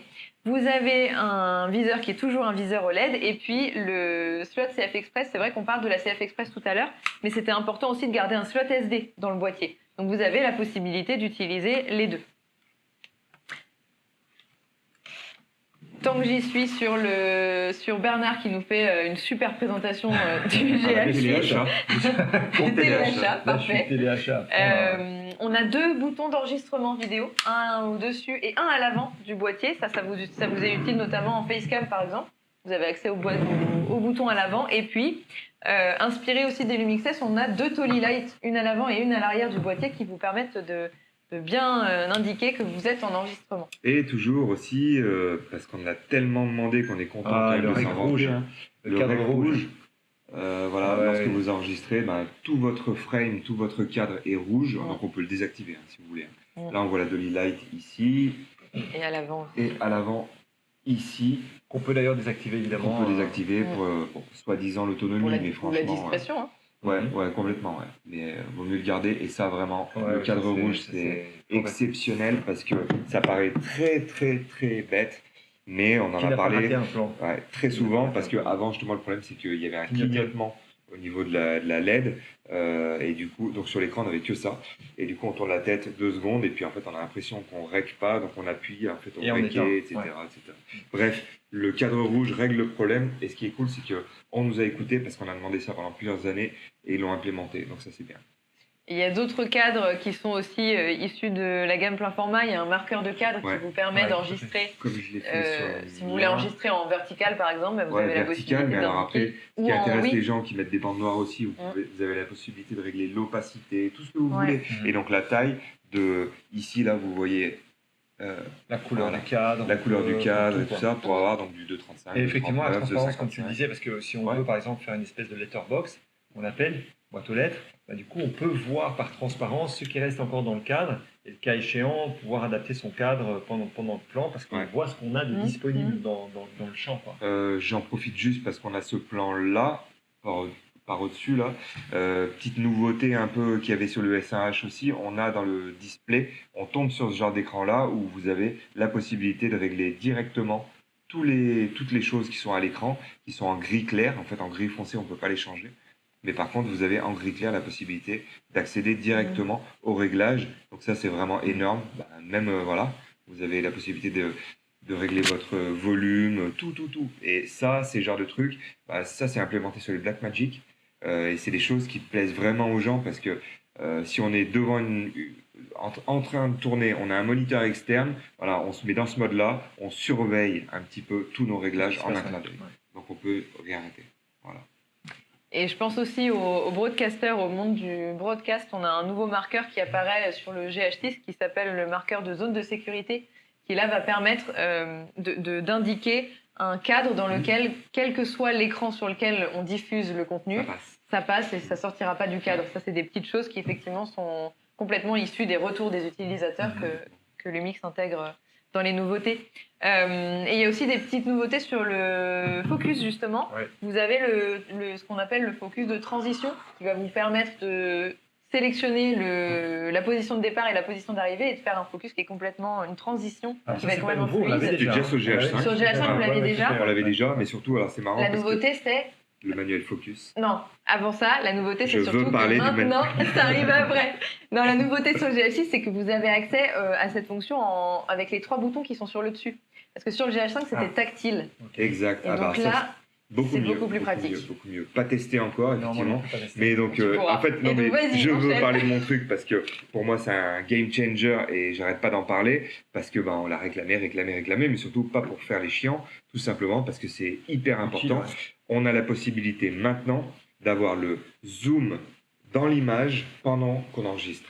Donc, je m'explique. Avant, on était en manuel focus, on envoie rec, donc on tourne, on enregistre, et on n'a plus la possibilité de zoomer dans son image pour contrôler son focus. Donc ça, c'était vraiment dérangeant, mais visiblement, c'était vraiment pas possible. C'était peut-être par rapport à la chauffe ou d'autres choses, peu importe, ou le processeur. Donc, on avait la possibilité de vérifier son point et de zoomer dans son image avant d'enregistrer, mais dès qu'on lançait l'enregistrement, on ne pouvait plus revérifier. Maintenant, on peut le faire, et je peux vous assurer que quand vous tournez en manuel focus, en anamorphique ou autre, là vraiment, vous mettez un clic pendant que vous êtes en train d'enregistrer, vous vérifiez votre point avec, je ne sais plus comment il fait, x10, ou enfin bref, ça zoome vraiment énormément. On peut faire soit une fenêtre, soit le plein écran. C'est hyper rassurant, et vraiment, pour moi, ça c'est une des grosses nouveautés aussi, qui m'a aidé pendant mon tournage. J'en parle d'ailleurs dans le behind the scene. C'est vraiment les choses qu'il faut pour ne pas se rater, quoi. C'est important. Et pour terminer avec la connectivité notamment, donc c'est évidemment un boîtier qui est toujours connecté en Wi-Fi et Bluetooth, notamment pour le transfert des images, etc. Et la grosse nouveauté, c'est qu'on peut directement mettre à jour le boîtier via l'application, notamment la mise à jour dont on se parlait qui va arriver sous peu.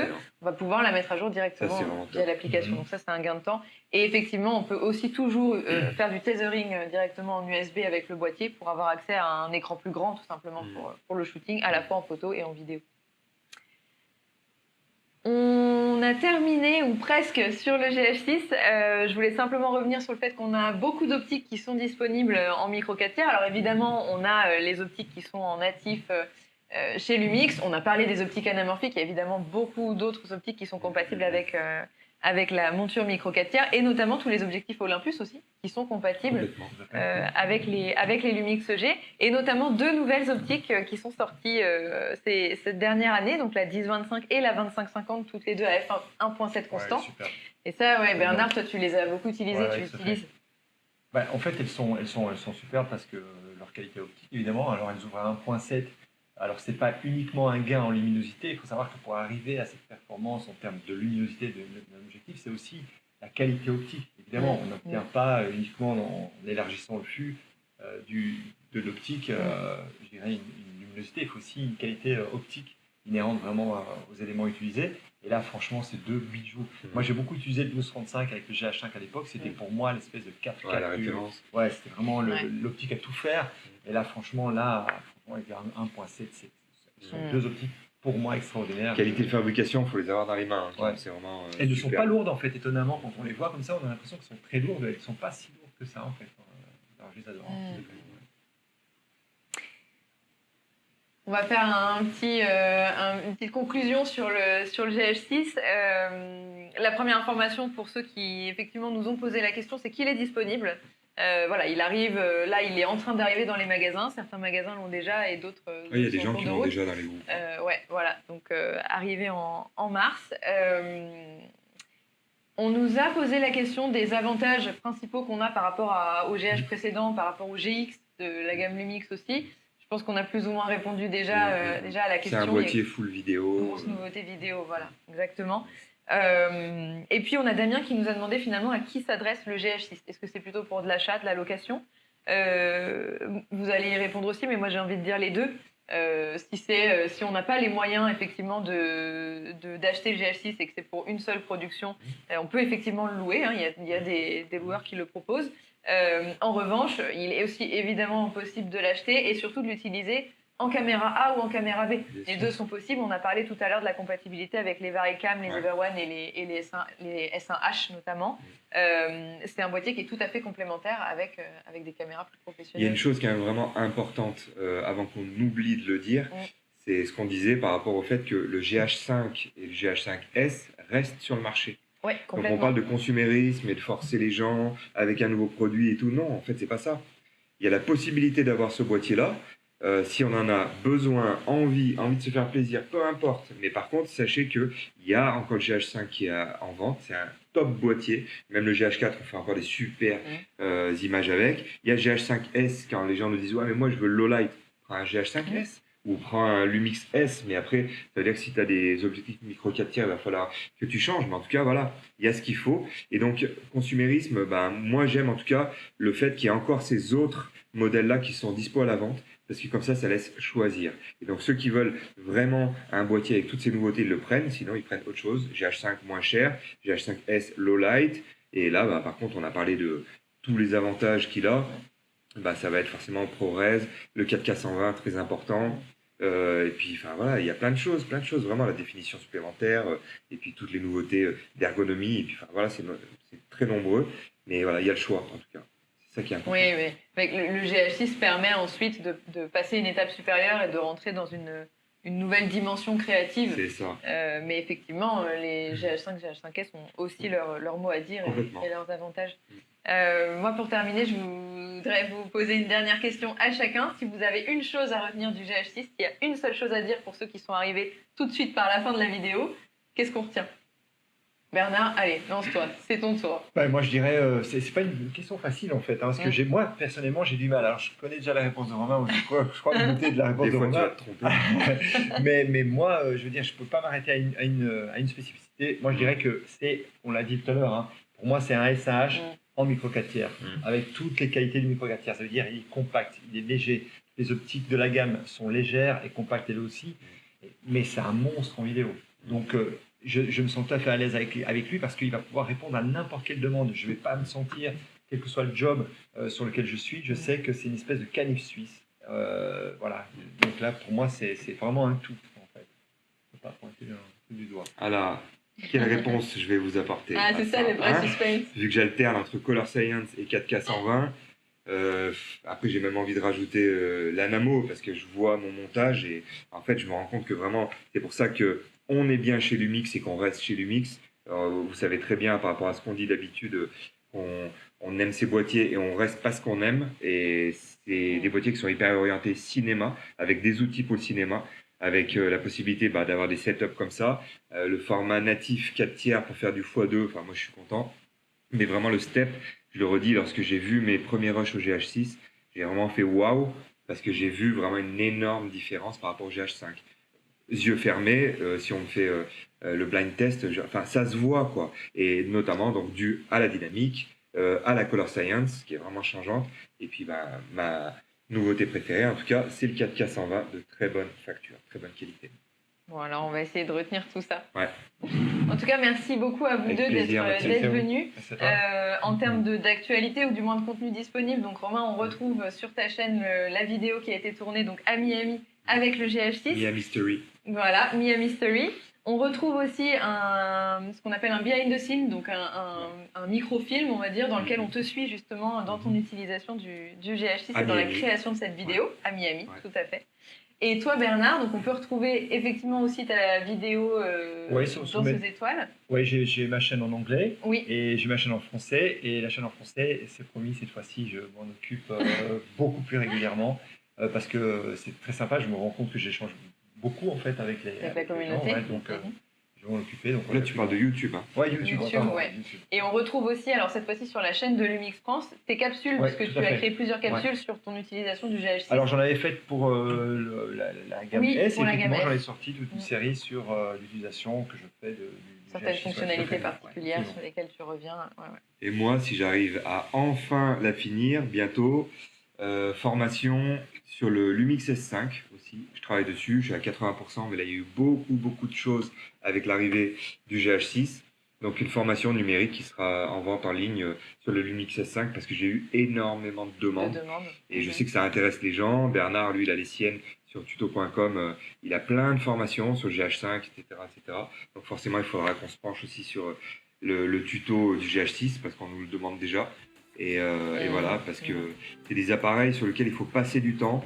Il faut vraiment regarder comment ça fonctionne. Une fois qu'on a compris et qu'on passe du temps, on arrive à les maîtriser. C'est là où les exploiter au maximum. En tout cas, merci beaucoup à vous deux avec plaisir, d'être venus. Merci à vous tous de nous avoir suivis dans cette vidéo pour bien décortiquer le nouveau GH6. On se retrouve très vite sur nos réseaux. Instagram, le compte Lumix France, et puis sur Facebook, ce sera sur le compte Panasonic France. Une belle journée à vous tous et à bientôt.